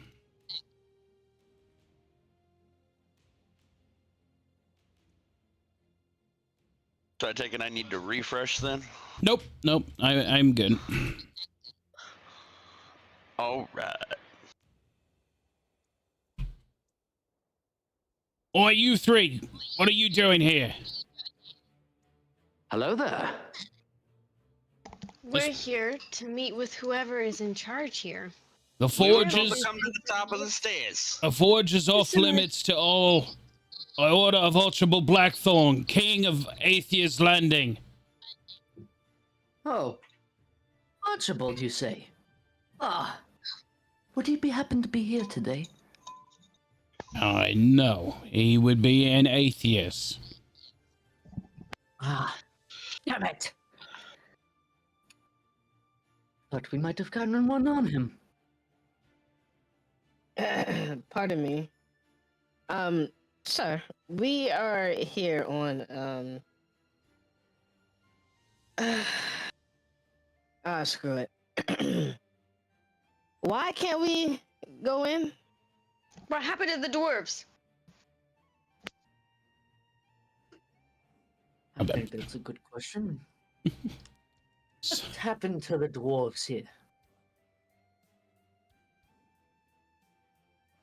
Nothing has happened to the dwarves. They're busy with the forge.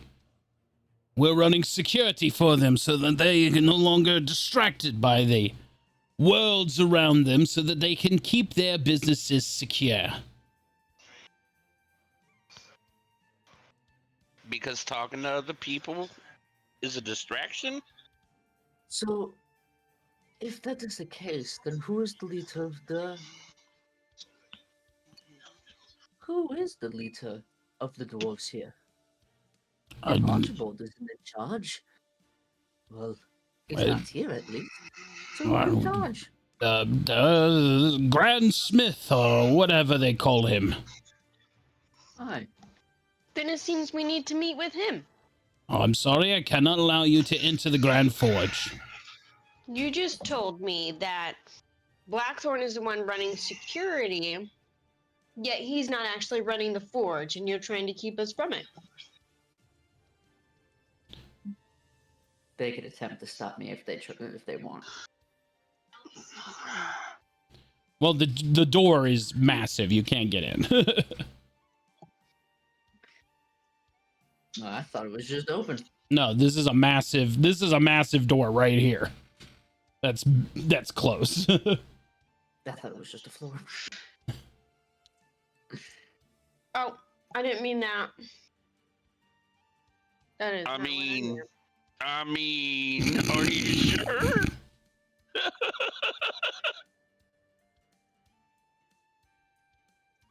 You know what?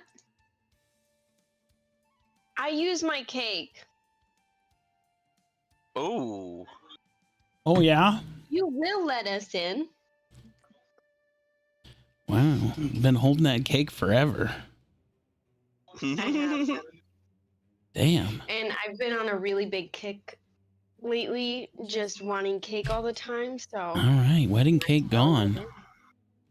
All right, who are you using the cake on? You're using the cake on you, and who are you persuading? Both of the veterans. Oh, ma'am, you don't understand. We can't allow this door to be opened. We would. Died? You'll die either Oh, way. you're saying that you're incapable of doing so.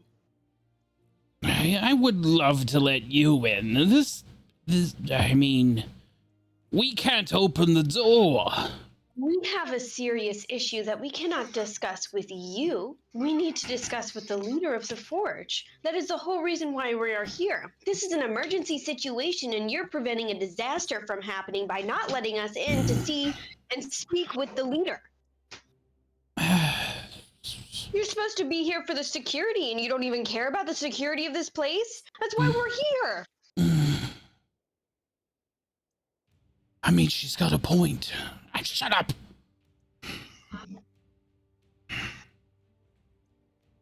You are wasting time here. Time that we don't have. Okay, fine. Let him in. Was that so hard? Well, it's for security reasons. Then on you go. Thank you. Thank you very much. As the door opens, the veteran on the one side, he opens a small personal door that has been freshly carved in the larger stone door. And it is a rough door. And it is not anything like dwarf quality. It has been hacked into this thing and barred Wow. shut. It's not dwarf quality. It's just hacked into this massive ornate stone door. And as the door opens, it is pitch black on the inside of the forge.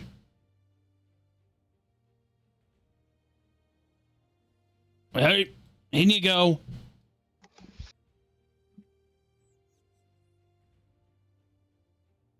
I After don't know all if of I you? trust this. I thought you had a security reason. But wouldn't the big door have to be opened? I'm sorry, we can't open the big door.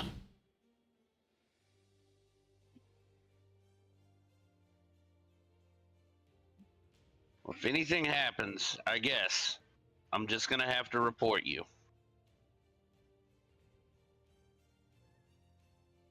Whisker, who you gonna report him to? I don't know yet, Val. On the inside, I was just as trying the to follow small Moon's door lead. closes, you hear the distinct sound of the bars from the outside slide down over the door behind you. The faint light of the underground begins to flood over you as your eyes begin to acclimate. Those of you with dark vision begin to acclimate faster, and you begin to see the world around you. The columns appear before you, and the smell of blood fills the air.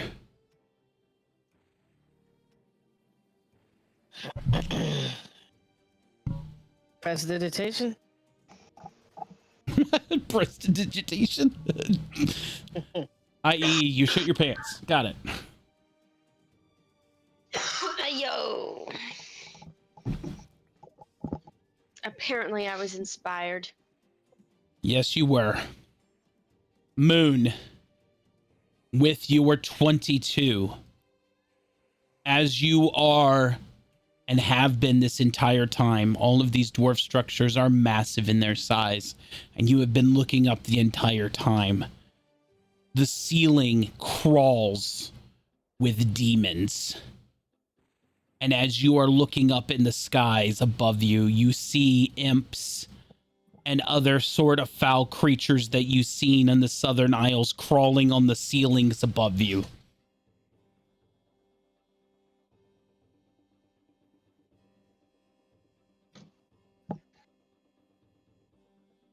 If you're afraid of demons, don't look up.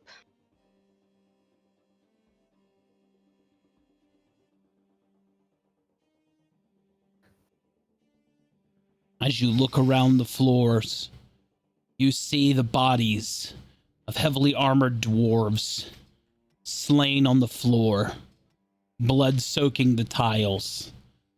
Scorch marks of fireballs and claw marks riddle the floors of the dwarven forge.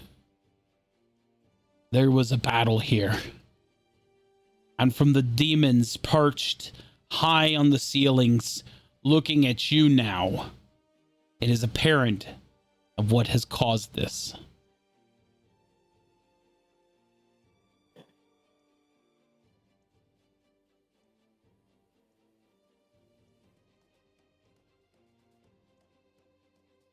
How is this forge even still working? They probably have the dwarves imprisoned here. Is that a door? Or is this our only... You're muted. Okay. Is this up here a door, or is down at the bottom the only way for us to move forward? You see two entrances. This way is well lit, and this way is very dimly lit and appears to be stairs. That go up? Moon, you do notice that the same path of gold from outside does lead to the well lit area.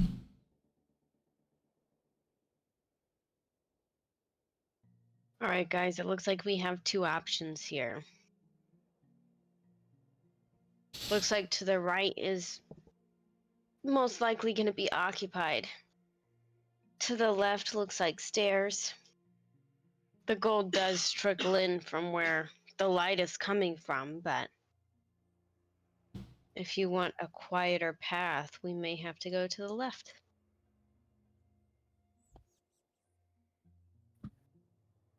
We're going to have to go through everywhere anyway. I guess just point me in the direction we need to go.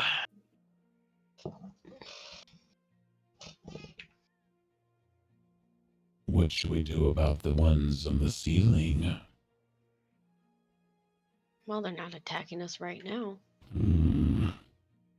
Just If waiting for we our start a prime fight- opportunity. If we start a fight now, there's a good chance that people are going to come from that lit area. Whatever they may Yes. be. Well, this corner over here seems to be pretty defensible. I don't see any of them laying in the corner over there. Might be a good position for us.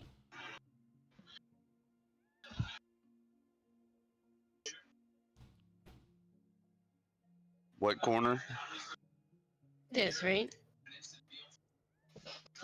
Although, maybe Whiskey could just, lightning the shit out of them again.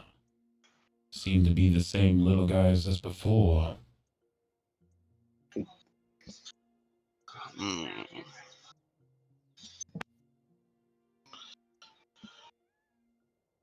Maybe?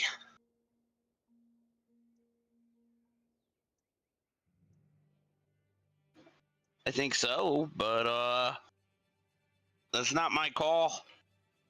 What do you mean it's not your call? Well, do you want me to shoot him or not? Well, I mean, you are the only one with that ability. You tell me what I'm doing, Damien.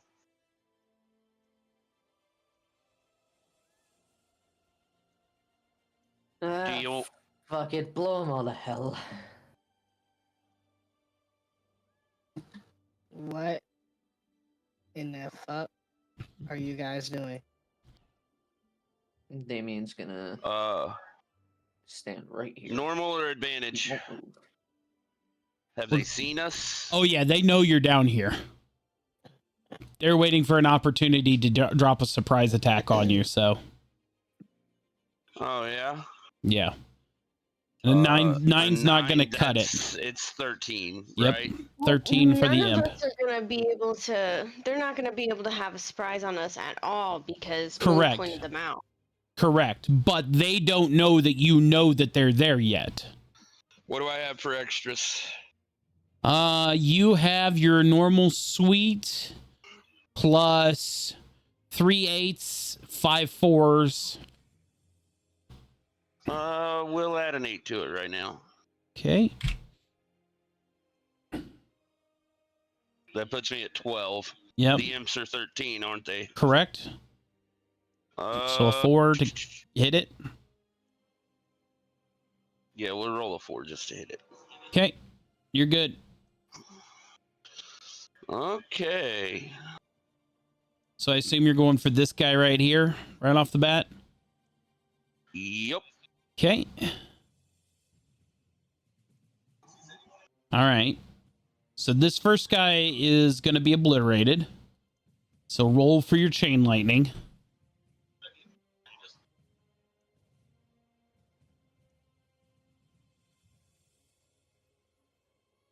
All right. So this guy Cinder. This guy, Cinder.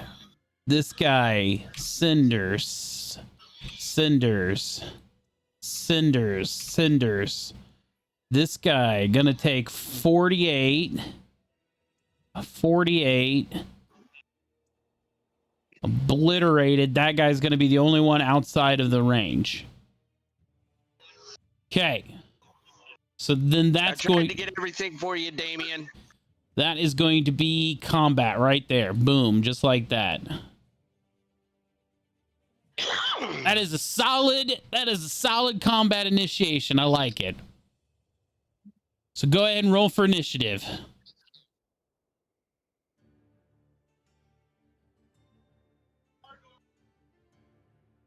Harder on the beat.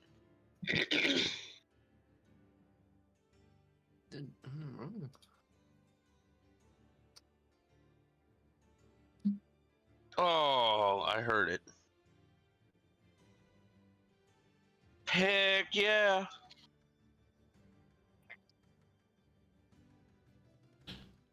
Up to you, Val. Get it, get it, get it. Yeah! Nice. Wow. Back to back like that. All right.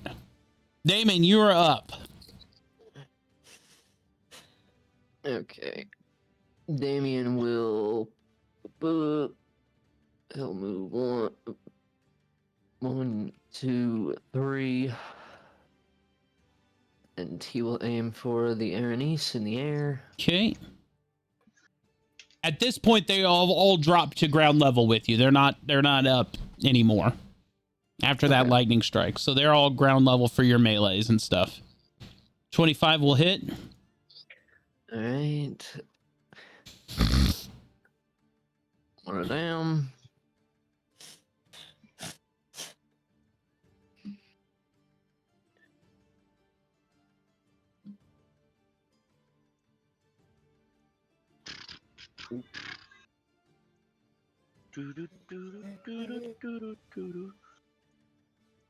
And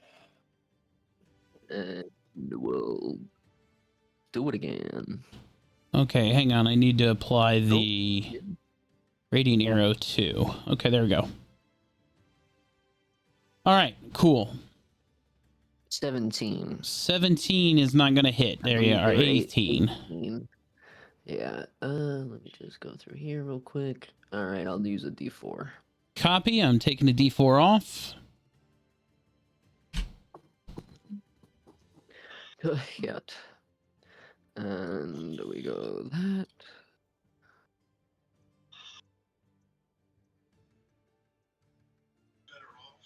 Much better. Here we go. And that'll end Damien's turn. Beautiful. Hey, I should actually begin combat. There we go. Valmora, you're up.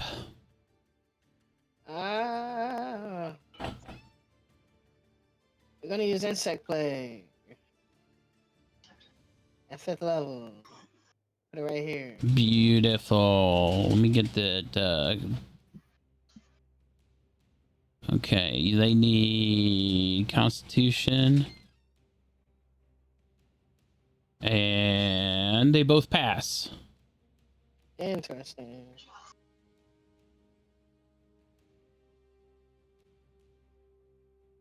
So they take half of that, I think. Okay. Half damage, apply. Here we go.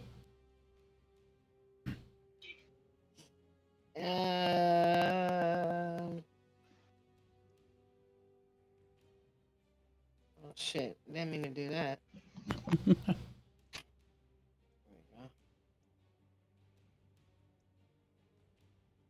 There we go. Let's see how far we is. 50 feet. 60 feet. Alright, that'll end my turn. Whisker, you are up. Wait. There we go. Whisker, you are up. Eyes is up. Okay. Do. That's what, an 18 to hit the Erinys? Yep.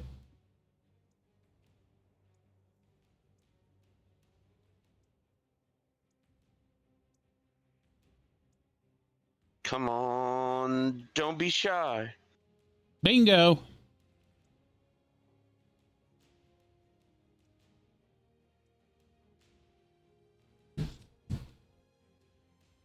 Assume you're attacking the lower one. Yeah. That is DTD.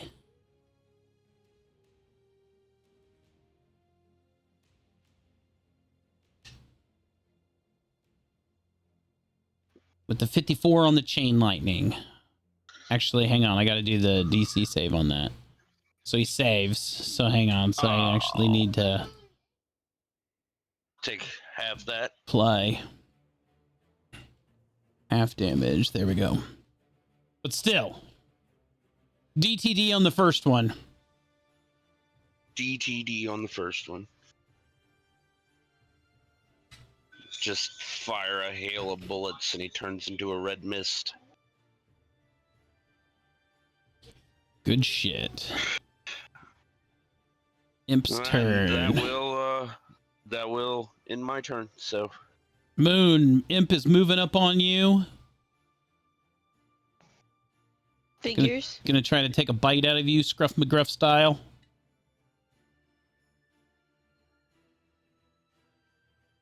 And he's not gonna get through your AC, so it doesn't matter. All right. Vesper's turn. Vesper doesn't need to move that far because he's got 15 foot, so he's gonna move back there. Blades of the Disciple, attack. 18 will hit. Damage. 20 on the Imp. So the Imp is now DTD. As Vesper quickly comes in to Moon's aid, and he reaches out with those chains of sting, slicing the Imp in half. He's going to take the rest of his movement.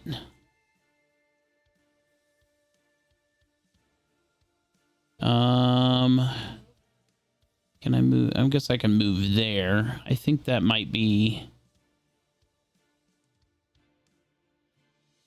Nope.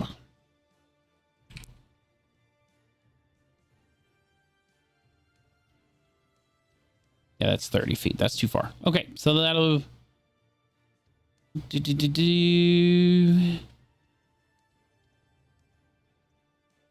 Let's see here. He knows his character sheet so much better than I do. Let's throw a Sting of Darkness at him. 27 to hit. For 13. So there's 13 damage there. And that'll end his turn. Moon, you're up.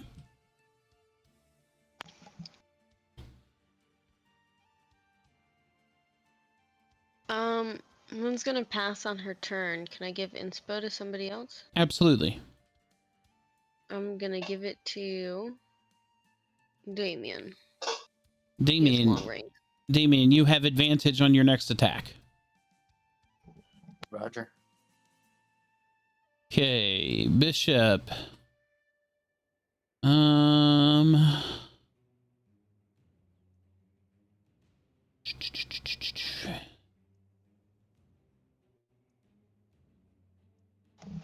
Is it just the one, or is there another imp?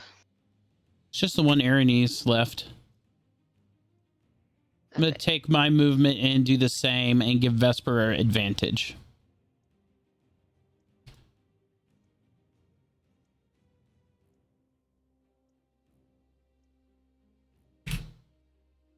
I am going to move the Erinys into attack against Vesper. So here comes the multi-attack against Vesper. Attack number 1.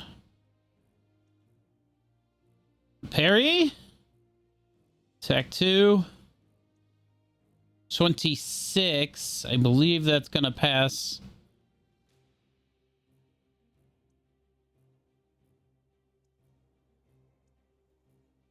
So I'm going to do this. Give Vesper plus 5 AC, so that's going to miss. Third attack. Also going to miss with the plus 5 AC. Okay, cool. Damien, top of the order. Watch out. Watch out. Okay. Damien will sidestep, and sidestep. And aim at the last Aronism. Bada bing!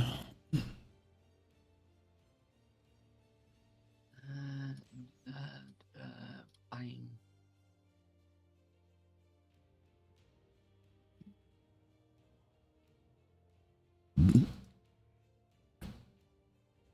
Here we go. Remember, you get advantage on your attacks. That's true. And we'll do it again, and we'll do it with advantage. That'll hit. Alright. We'll go ahead and damage, and we'll do another arrow damage.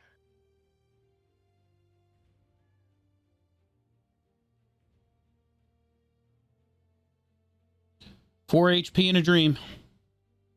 Beautiful. That'll end Damien's turn. Valmora, you are up.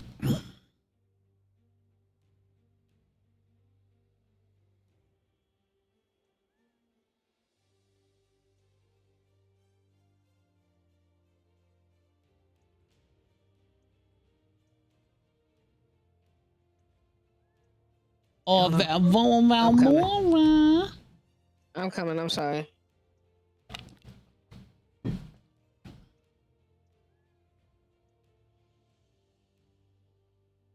Four HP right here.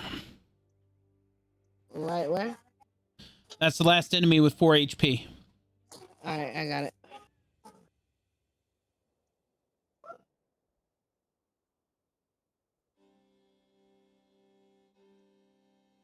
All right, I'm about to cast Ice Knife on that imp right there. Kill his Okay. ass right now. Beat him up. Attack. And he fails, so he's going to take full damage. All right. Attack. Attack. 15, that's low. You need an 18. All right. Let's do that. D4 inspo. You D4. motherfucker. Do I have another one?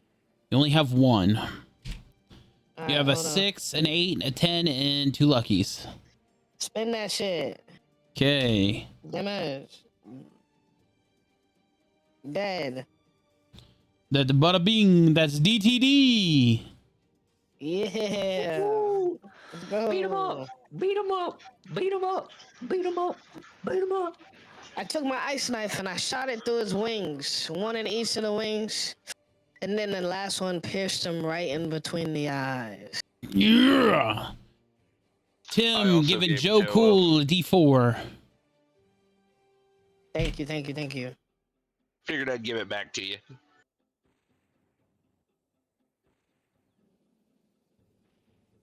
All right, I have added that back to the sheet. That is into combat there. You are now free to move.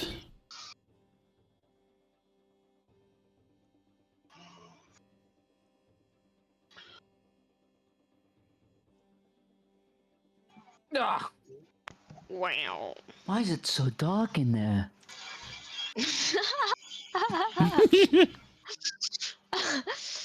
Okay, let me do mine.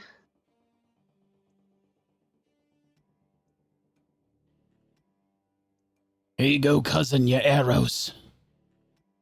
I was literally just trying to check first, but thank you so much, my cousin. Actually doing something nice for me. Oh, are you all trying to do a perception in the next area? Yes. Oh, oops. Oops, he said. I need this one. There we go. Jeez. Jeez.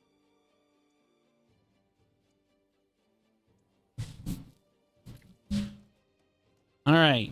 Who got a high perception?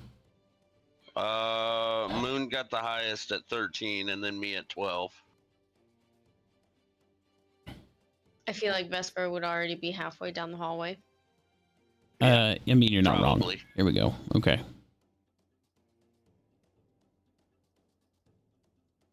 I mean, if that be the case, then you know what? Here. Come get some bitches. Everyone ready?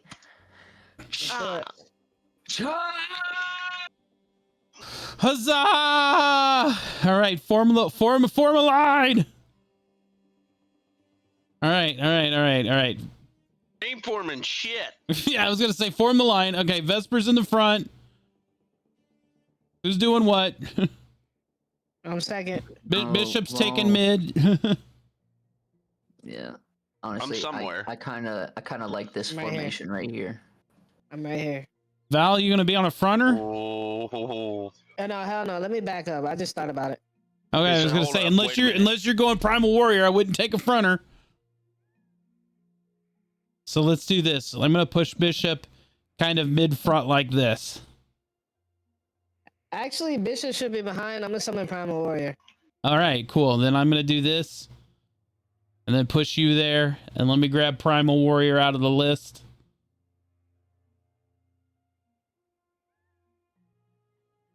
Blop. probably. Just remember to use your initiative and not. Yeah, I will. Let me get the let me get him set up. 2 times last time. Primal Warrior. Oh my god, this motherfucker can move 40 feet, dog. Shit. Yeah. Shit. Ah. Shrink him down. And then we're going to give him 2 because he's a big character. So there we go. All right, cool. So Primal Warrior's ready to be summoned. Do you want to summon before combat, Val, so you don't have to take an action? Say that again. Do you want to summon Primal Warrior before combat so you don't have to take an action?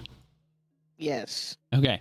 So then what I will do is I will spin up initiative and then I will heal you out and then put him. All right. So go ahead and roll initiative and then I'll switch you two. So there's Vesper. There's Bishop.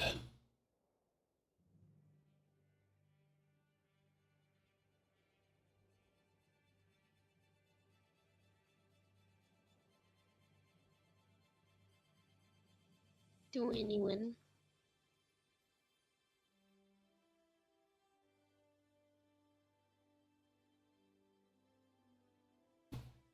Go ahead, Val and Whisker. Oh, that's what I said. All right, cool. All right, now what I'm going to do is I'm going to hide Val and pull her off. Oh, no, I hid everybody. That's the wrong thing. Okay. Grab- I can't see shit. Oh, no. Hang on. I did the wrong thing. Okay, hide Val, grab Primal Warrior, push Primal Warrior to the front line. Slide him in. All right, Moon, you're getting pushed. Vesper's getting pushed. All right, there we go. Primal Warrior has joined the fight. All right, cool. Just remember, Val, on your turn, it's actually Primal Warrior fighting, okay? Yep. All right, cool. Initiative is started. Here we go. Click that beginner.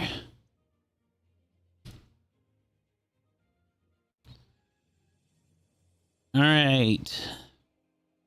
Aaronese coming in right at Primal Warrior. Multi-attack. 3 attacks at Primal Warrior. Primal Warrior's AC is 25. You ready for this, Val? Yeah. This is gonna hurt if it hits. Miss. Miss. Miss. Miss. Let's go, Monkey Man! Woo! All right.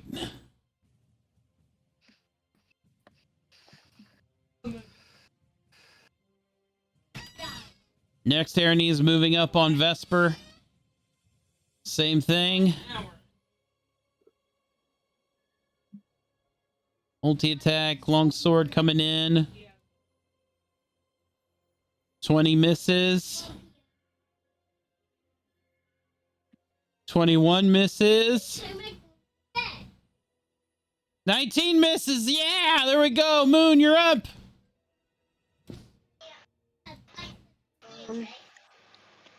Dang it. I guess I don't need to be on top of him.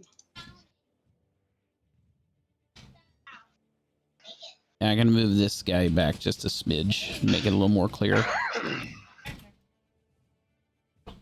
21 hits.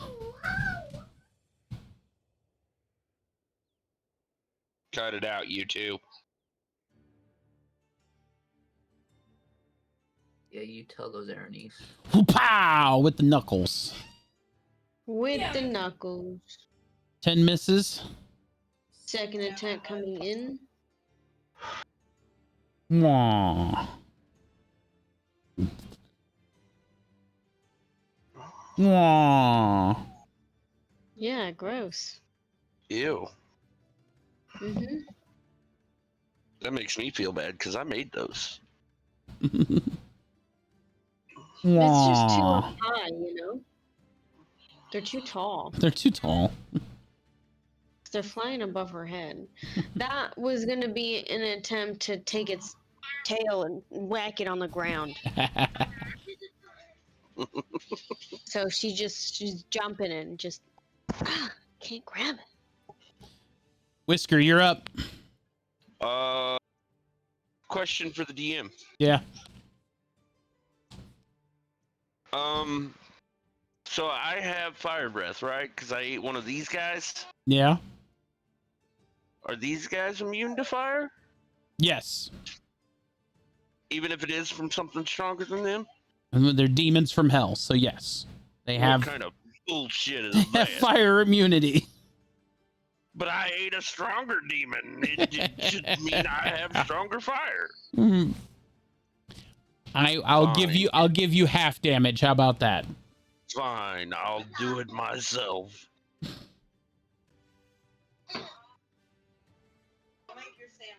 18 hits, right? 18 will hit. Which one you shooting at? This one? This one right here. Okay.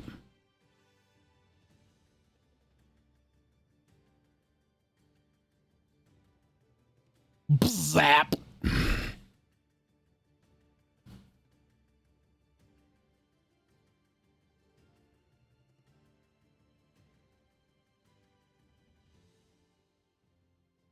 That deck save in there. They save, so that's half dam. Oh. What a bitch. Then it's going to chain to this one.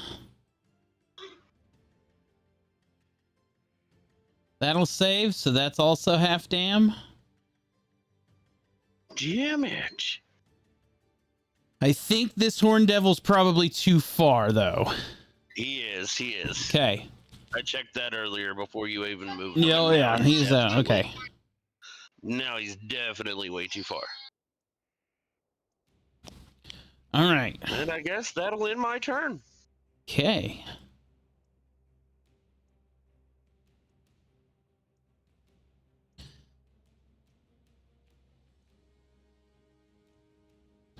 All right. First thing I'm going to do.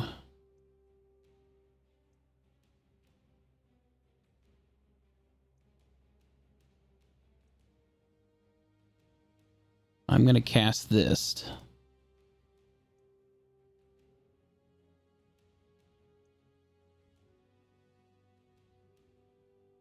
Everybody inside that aura gets an extra 1d4 damage. and it moves with me. So everybody around me gets an extra 1d4 damage. Nice. Yay!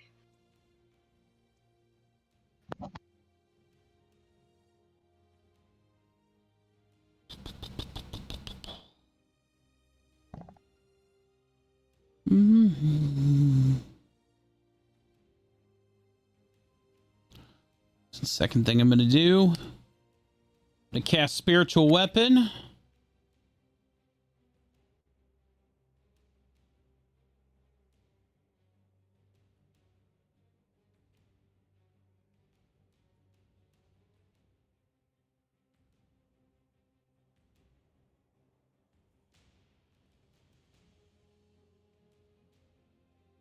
No.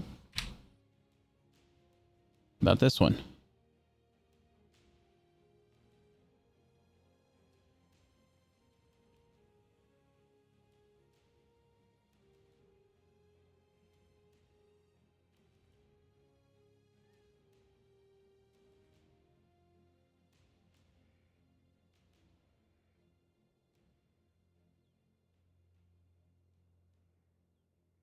Why is it not coming up?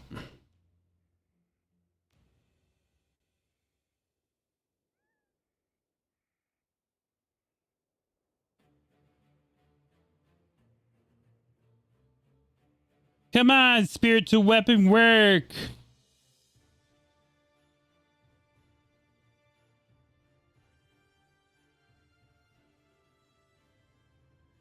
Does anybody see my spiritual weapon? I mean, It's a I see picture the of a icon. face, yeah.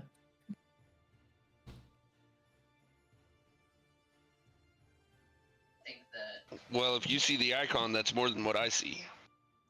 But it's the white thing, right?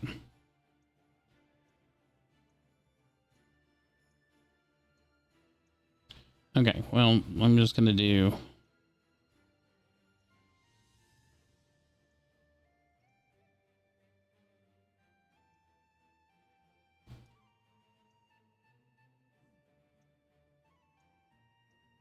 There you go.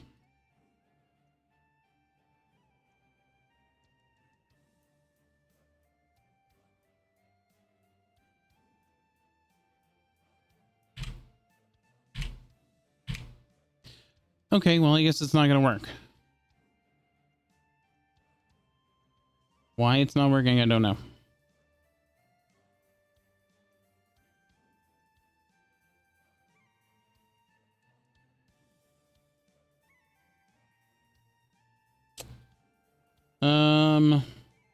Well, poo. That sucks. Do I have that as an actor? Game is being super slow.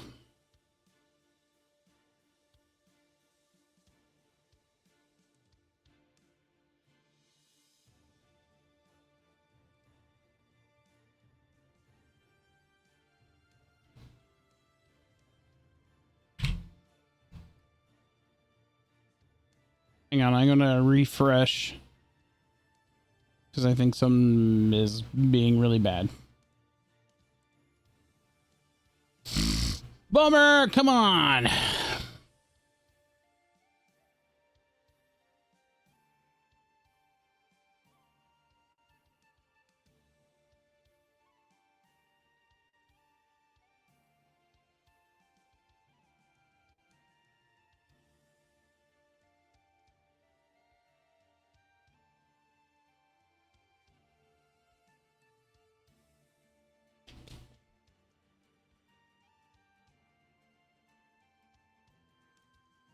Okay, now it's showing up for me.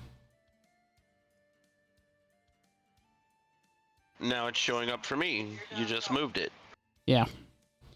But now it's showing up as a blue mace now and not the white face.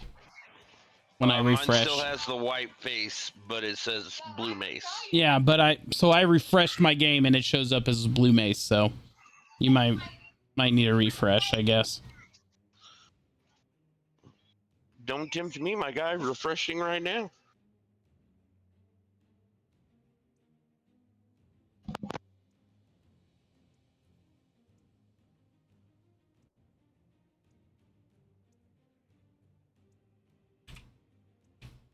Yeah, there it is.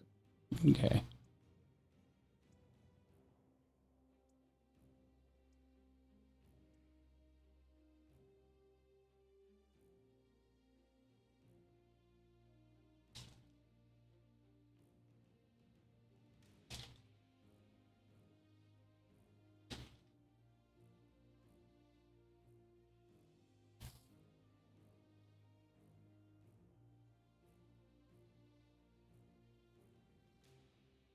All right. Anyway, that's going to end Bishop's turn because that's the two things I can do.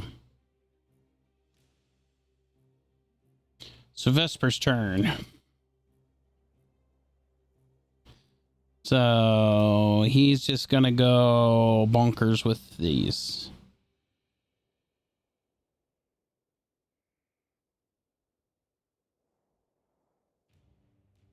Okay. First attack on this Aranese right here. 23 hits.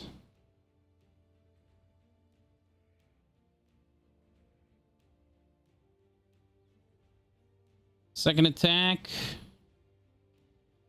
20 hits.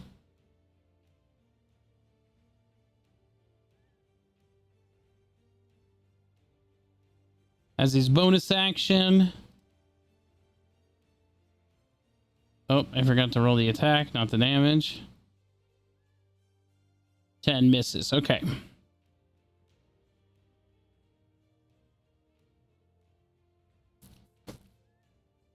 Okay. And that will end his turn.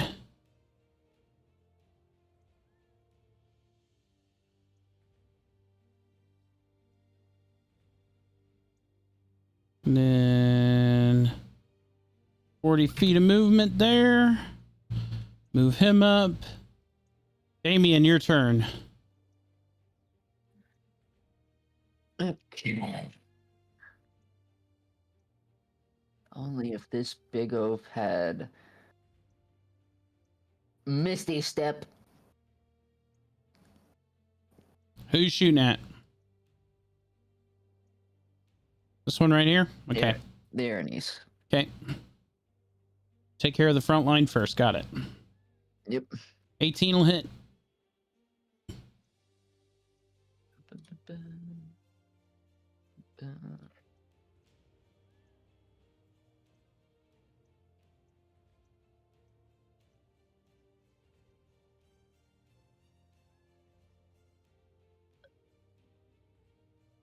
And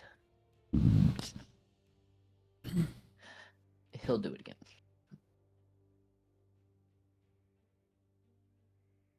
Yeah! Let's go. So one of the arrows.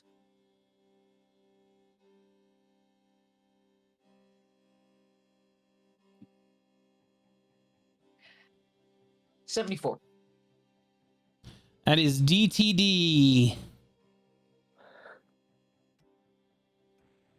Beautiful. Just quick fire, quick fire. And since it's dead, he'll move right here and pick up his arrows. Since you have recovered your arrows, I'm going to go ahead and just pop that out of existence to help That on keep my turn. keep everything clean. That will end my turn.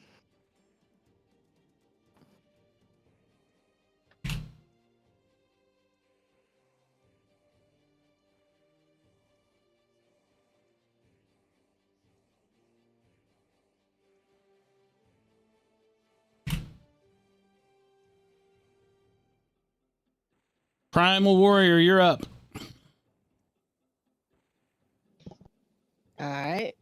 So, shit, I gotta take 40 feet of movement. I don't even think I'm gonna have anything to. We'll see. You don't have to take 40 feet. There's an Aranese right here. You can bash on. Where But he's a weakling. I mean, yeah.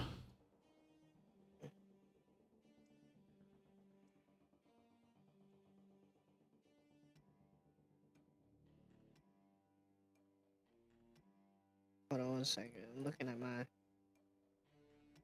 rock.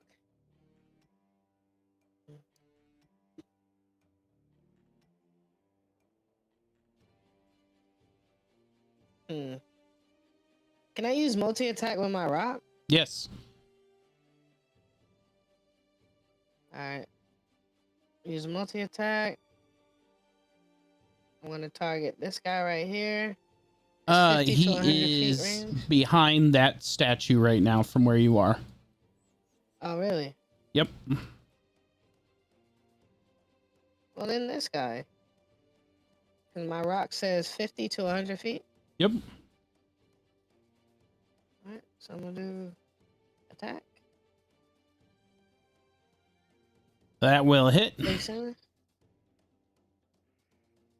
Roll damage. 36. Why did that only apply half?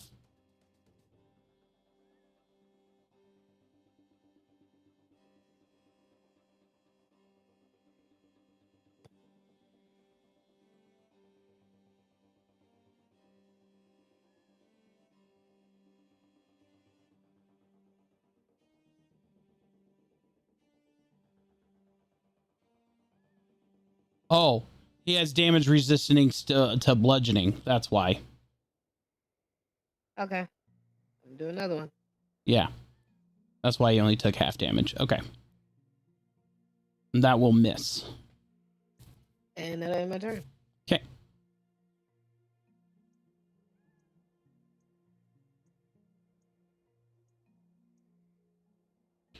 Okay, Aaronese here.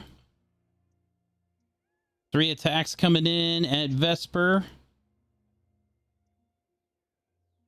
Miss. That will hit. Here's the damage.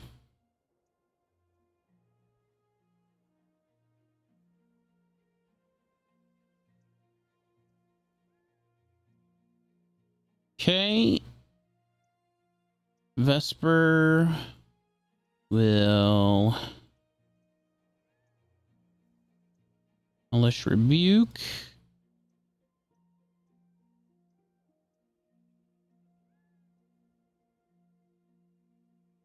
So dexterity. That's going to be a save.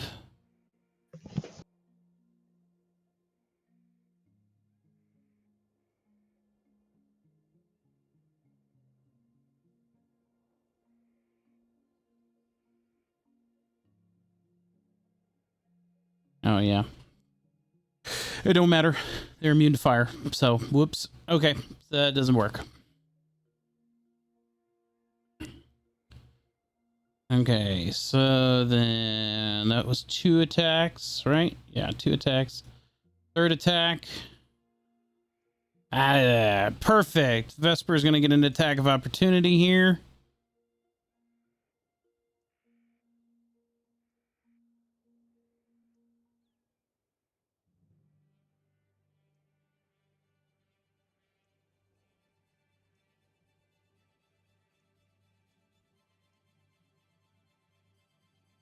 No, I don't want to do. I delete damage.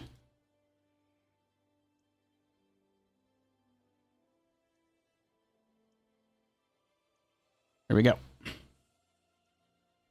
Moon, you're up.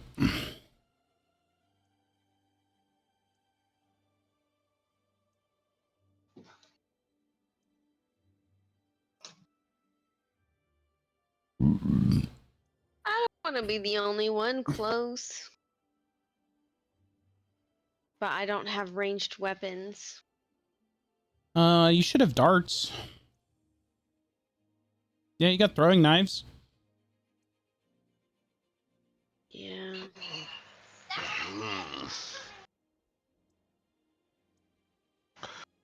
May player to player, maybe me and you could get together and make you something that's ranged Yeah.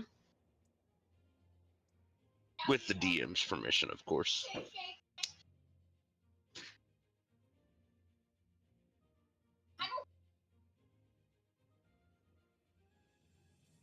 Because they're pillars right here, right? He's behind a pillar. Yeah. The dwarf statues are pillars. The fires are like low braziers.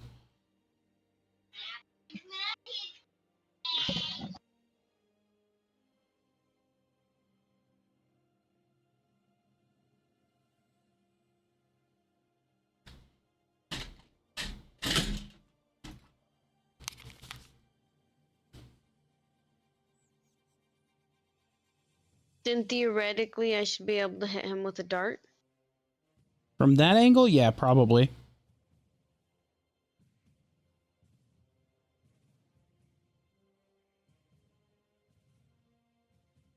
Yeah, I've got 10 throwing knives.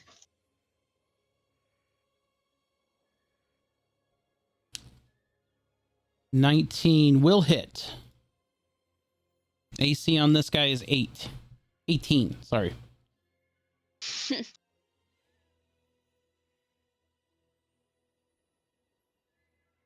And then this will also be my second attack. Which misses. I'm gonna go into my inventory and make sure it says 8. Okay. That is going to be my turn. Whisker, you are up.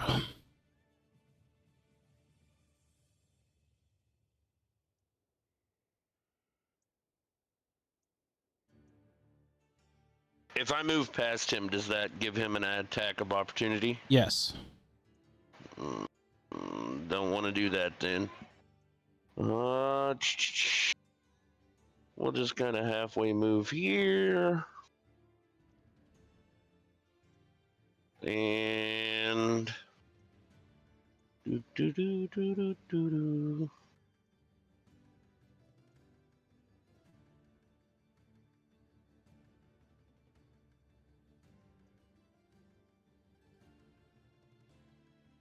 we're gonna roll on this guy right here.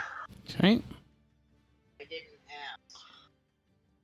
Did I tell you to? 14 will miss. Can I add a D8 to that? You most certainly can. What about a 19? 19 will hit.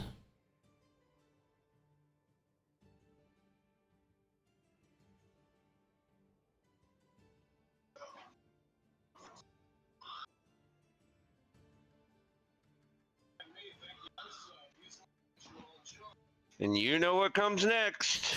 Zap him. And I think all of these are going to be in range of that chain lightning. Yes, sir. Okay.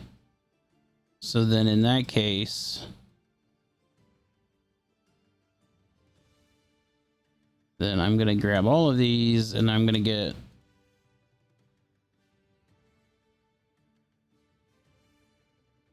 so they all save.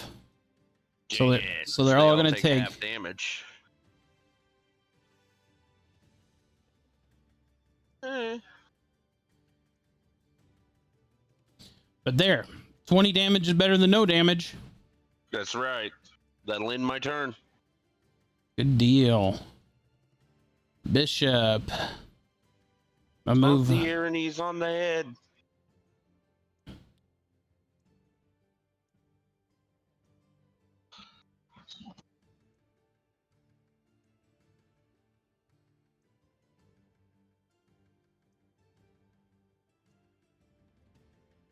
$23 will hit.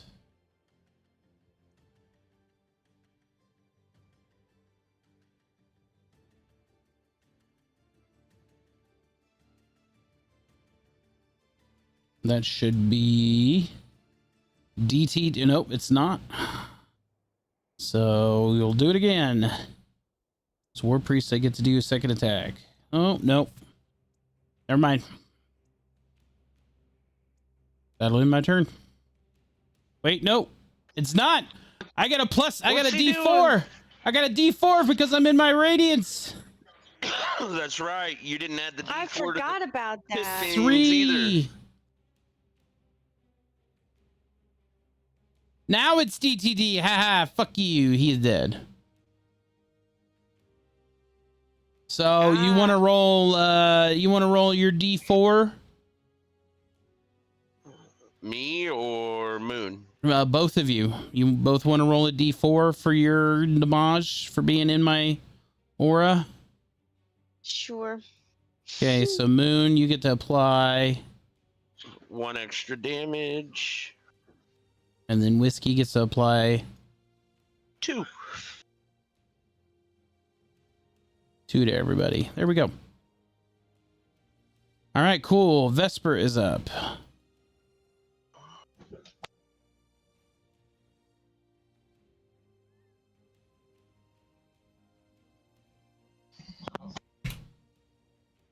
Nope, that is not.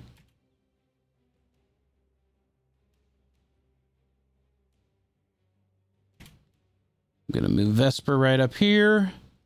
And I think everybody knows what's about to happen here.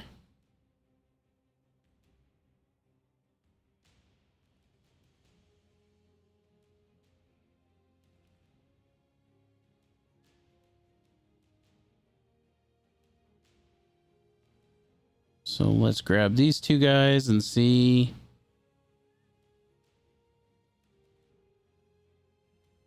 They both save.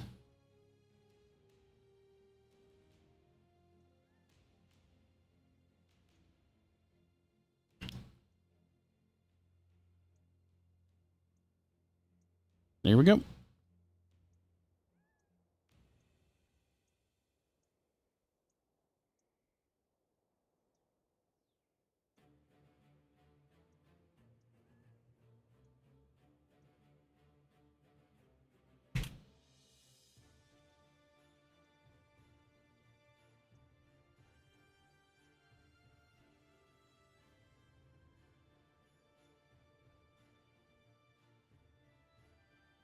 All right, here we go.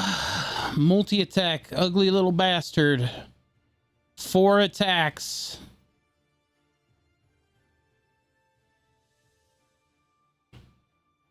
Vesper, DC, Constitution.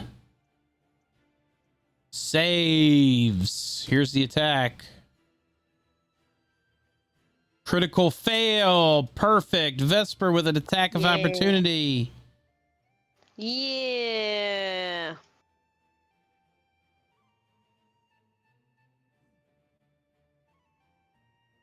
I don't want to do Tidebreaker. Tidebreaker's the low damage one. I'm going to delete this. I want Vesper to do his damage, his big damage. There we go.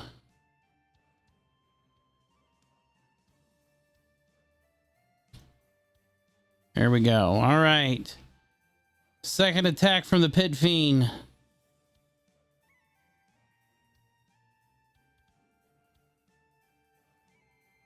.32 hits.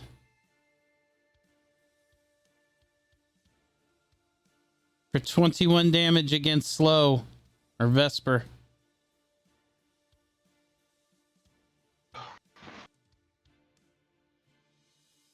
The mace coming in. Oh, that's going to hit too.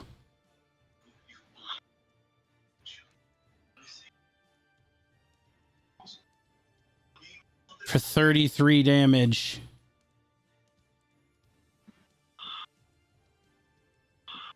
And finally the tail. Which will also hit. For 20.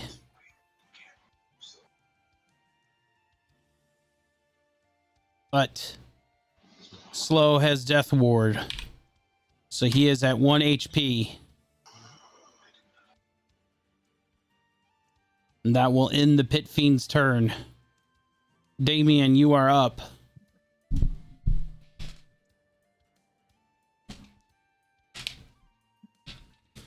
Oh, gross. God, Slow would never forgive me.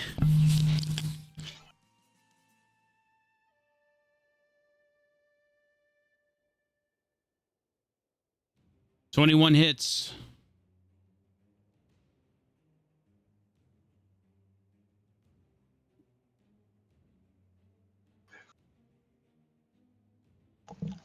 Nice.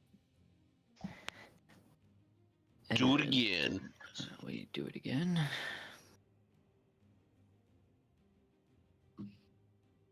And we do it again.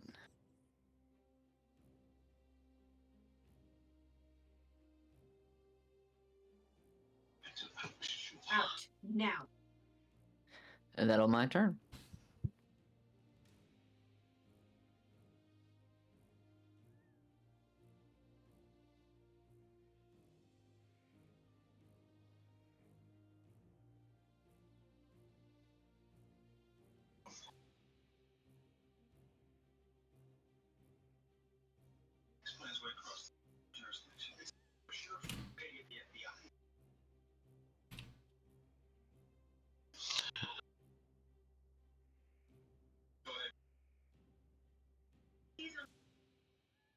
Moon, here you come.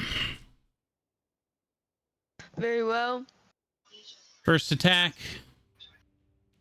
She's right. Busiest cross in North America. Commercial traffic, trucks mostly. Stop and search. Yeah, it's gonna hit. Ouch. You want me to save him for after? Yeah, save any sentinels for after. Oh, yeah.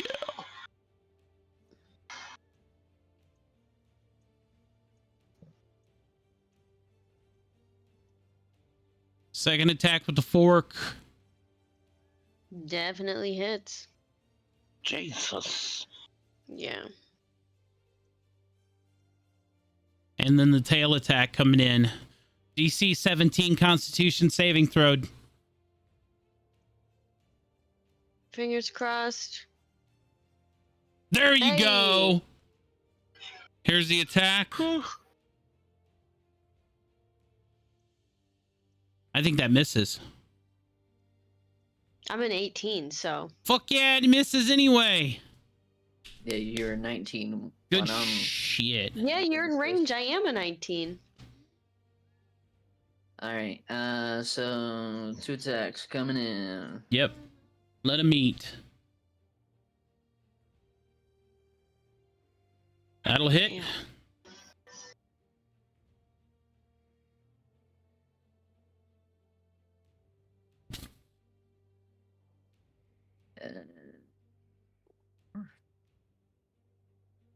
That'll hit.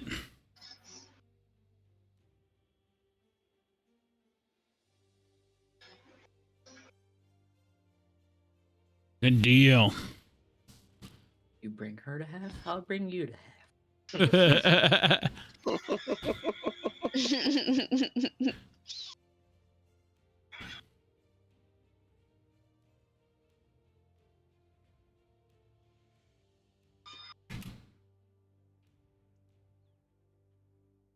I'm gonna do this. I'm gonna slide this guy this way.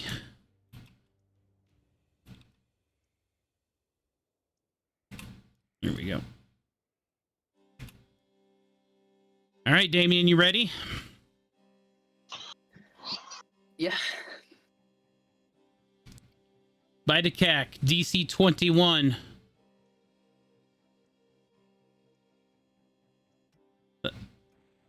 Oh. Wait.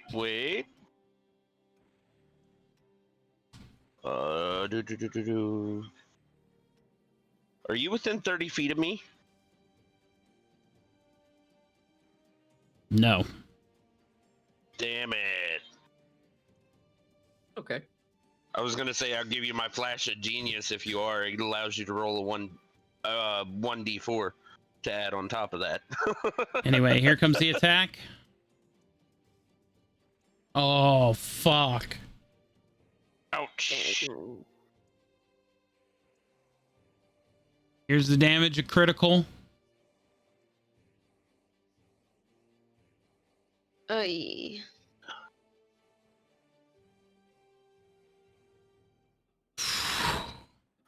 Claw attack coming in.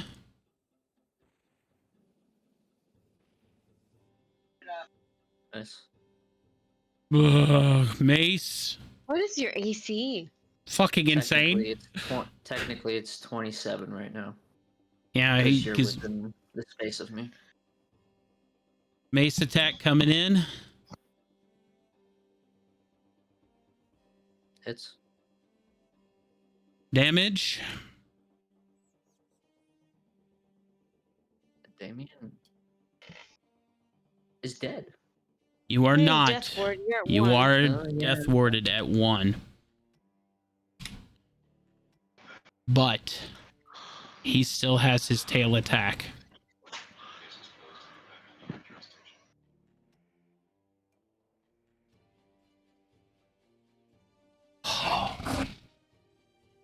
Whew.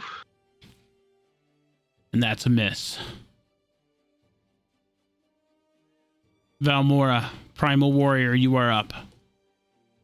All right, let's get it.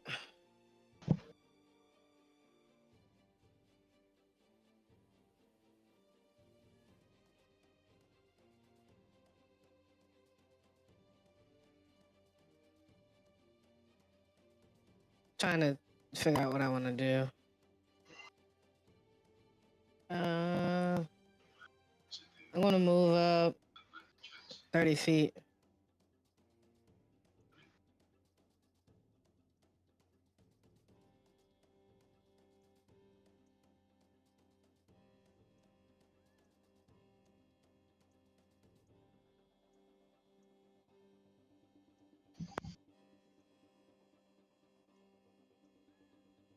I needed to do a multi-attack, I'm sorry.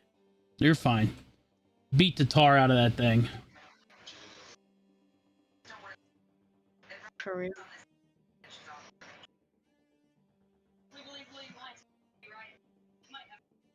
Oh, it was So close. 24 will hit. Oh, let's go.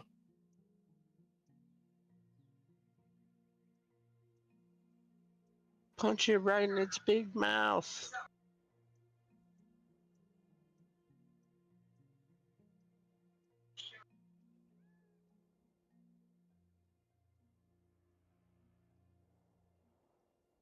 All right, so 20. And then I'm rolling for another.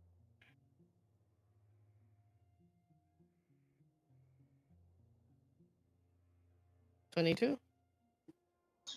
22 will hit. Damage. For 19. And that'll end my turn. Top of the order.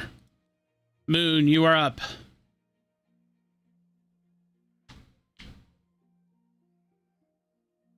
Okay.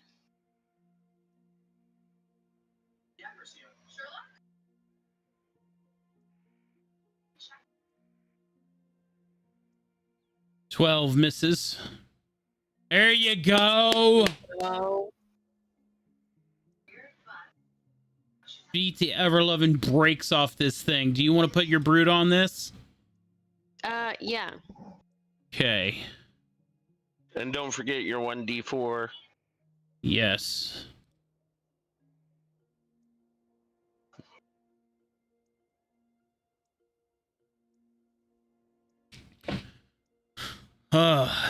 With that, Ashley, that is DTD on the Horn Devil. Moon noticed that Damien got hit real fucking hard, got angry, and just decided to uppercut, pull it down so she can get to its face and just uppercut right in there. Bang, bang. Smashes through. Maybe I'll cut off your horn.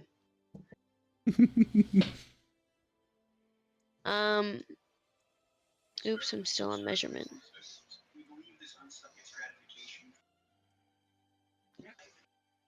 Can you pull Damien out of the way of the Primal Warrior?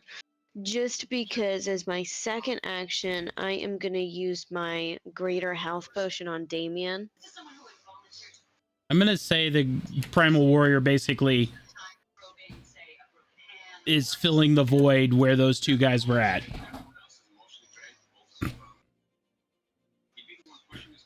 Move myself right here. Okay, Yeah. Just because I know it's easier for me to Greater. click on him.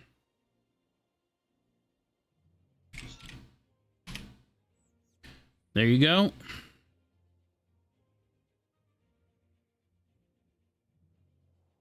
I can't do that as a bonus action, can I? No. Okay, because that will be my turn. Okay. Whiskey, you're up. Question for the DM. Yeah. If I am where Moon is at, can I hit both of those pit fiends with that new play toy?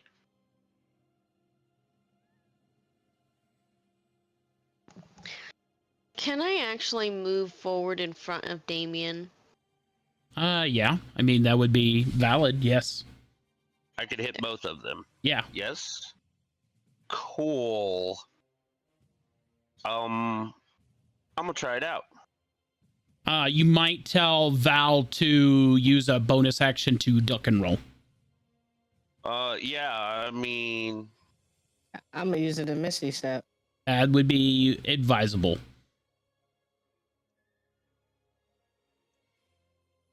Wait, does Primal doesn't have Misty? So I'm you sorry, I'm gonna use a bonus action to move. yeah.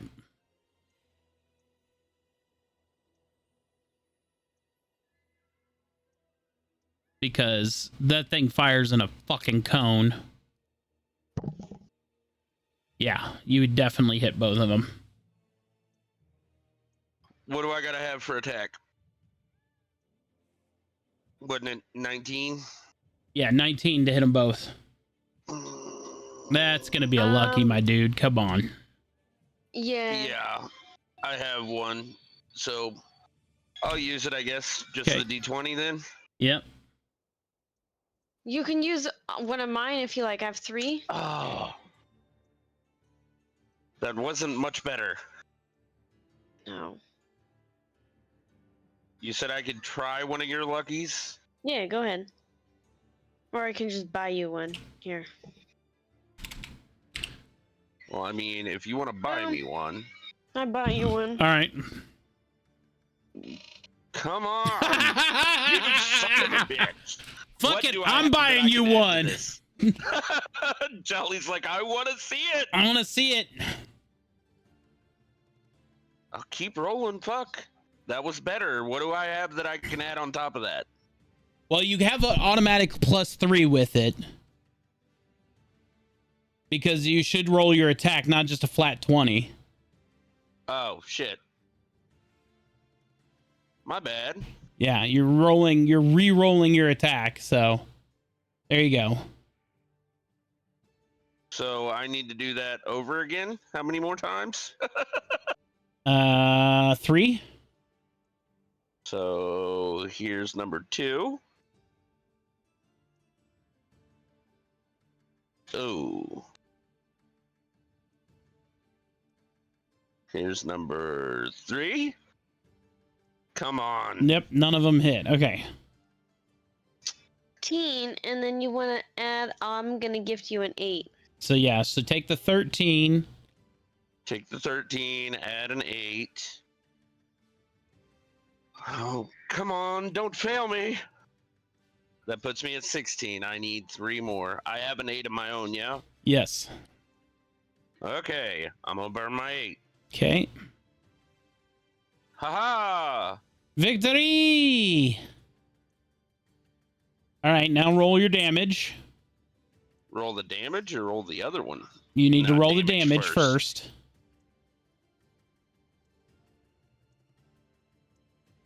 Come on, don't So fail me. 21 damage. Now roll the other to see how many times the damn thing goes off. Come on, don't fail me. Ha ha! Holy! Damn. 90 times 21.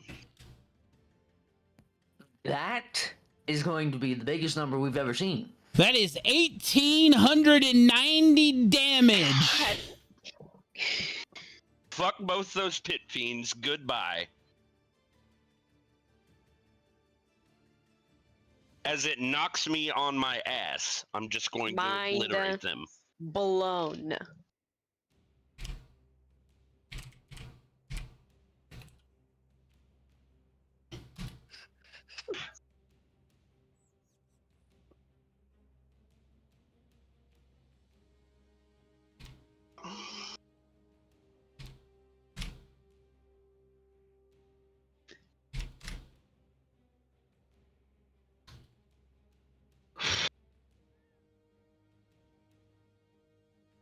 That is DTD, without a doubt. That is Listen, I think we might have a problem. that is the pepper box of mini barrels. That is the gun that Whisker got from pulling from the deck of many things. It is a normal looking pepper box. It's an 8-barrel pepper box. However, the damn thing has a rainbow effect of bullet types, from acid to necrotic to fire to lightning to psychic to radiant damage. It covers the full spectrum of bullets. You roll a normal damage type, and then you roll a D100 to see how many the magic pepper box fires in rapid succession. This time it fired 90 consecutive shots.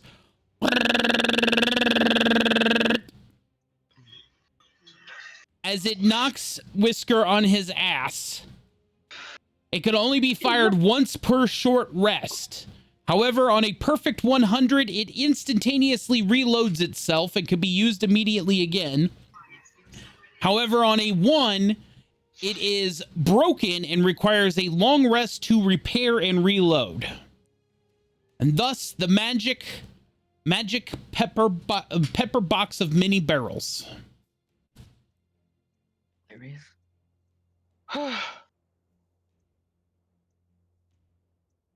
That will end combat.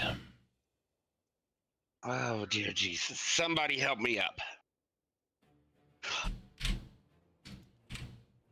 Moon is going to go over to Vesper and give him one of her greater potions as well.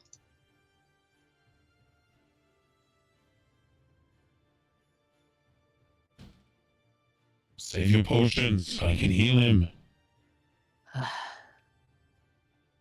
How's- Very well. I can do that as well. Here. Stay, Moon.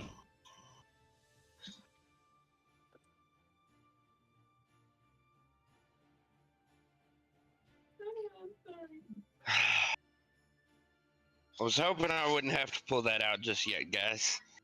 Moon is going to help pick up Whiskey. Damn.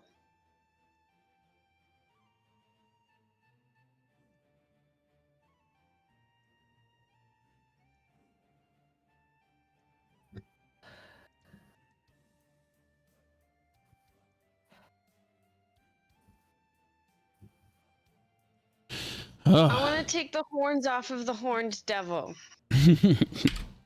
I think you have one in your hand from when you uppercutted his face off. Well, then she wants the other one.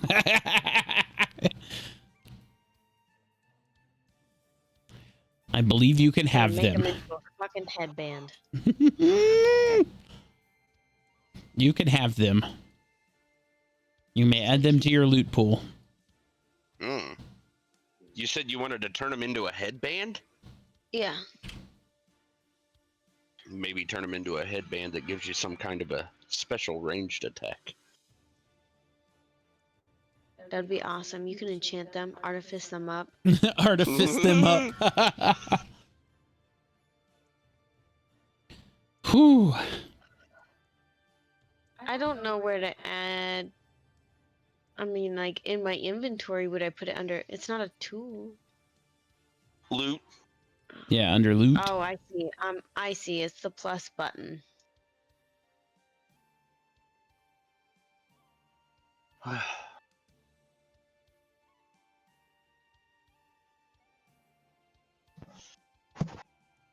Everybody okay? Nobody stepped in the way of that damn thing?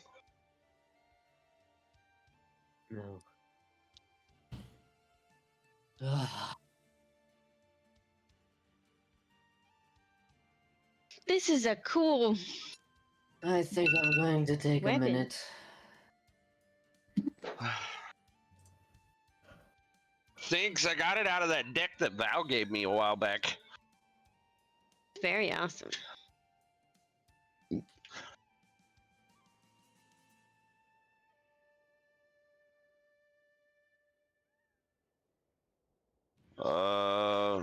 Do I need to roll anything to take anything from these pit fiends? If there's anything left of them? What would you like to have from them? They don't have much. Anything that's left and you're willing to give me. What do you want?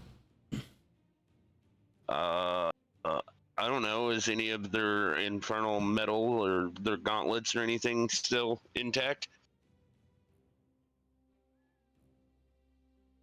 They don't have much in the way of,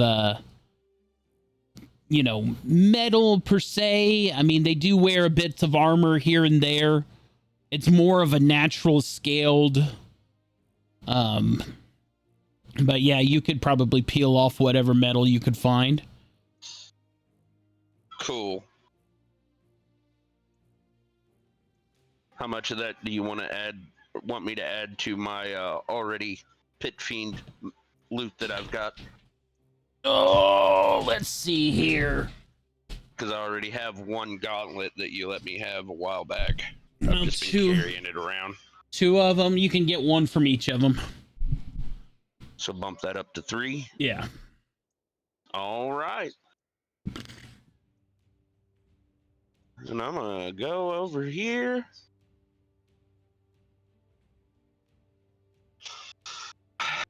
Are you okay, Damien?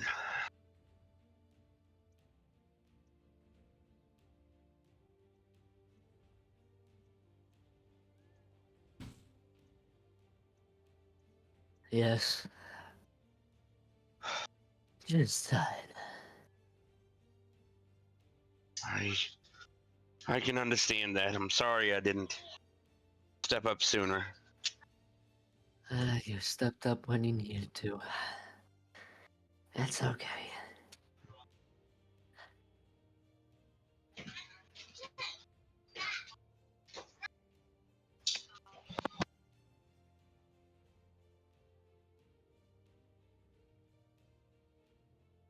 Yeah, I do think this might be a good time or a good spot to Stop. Yes.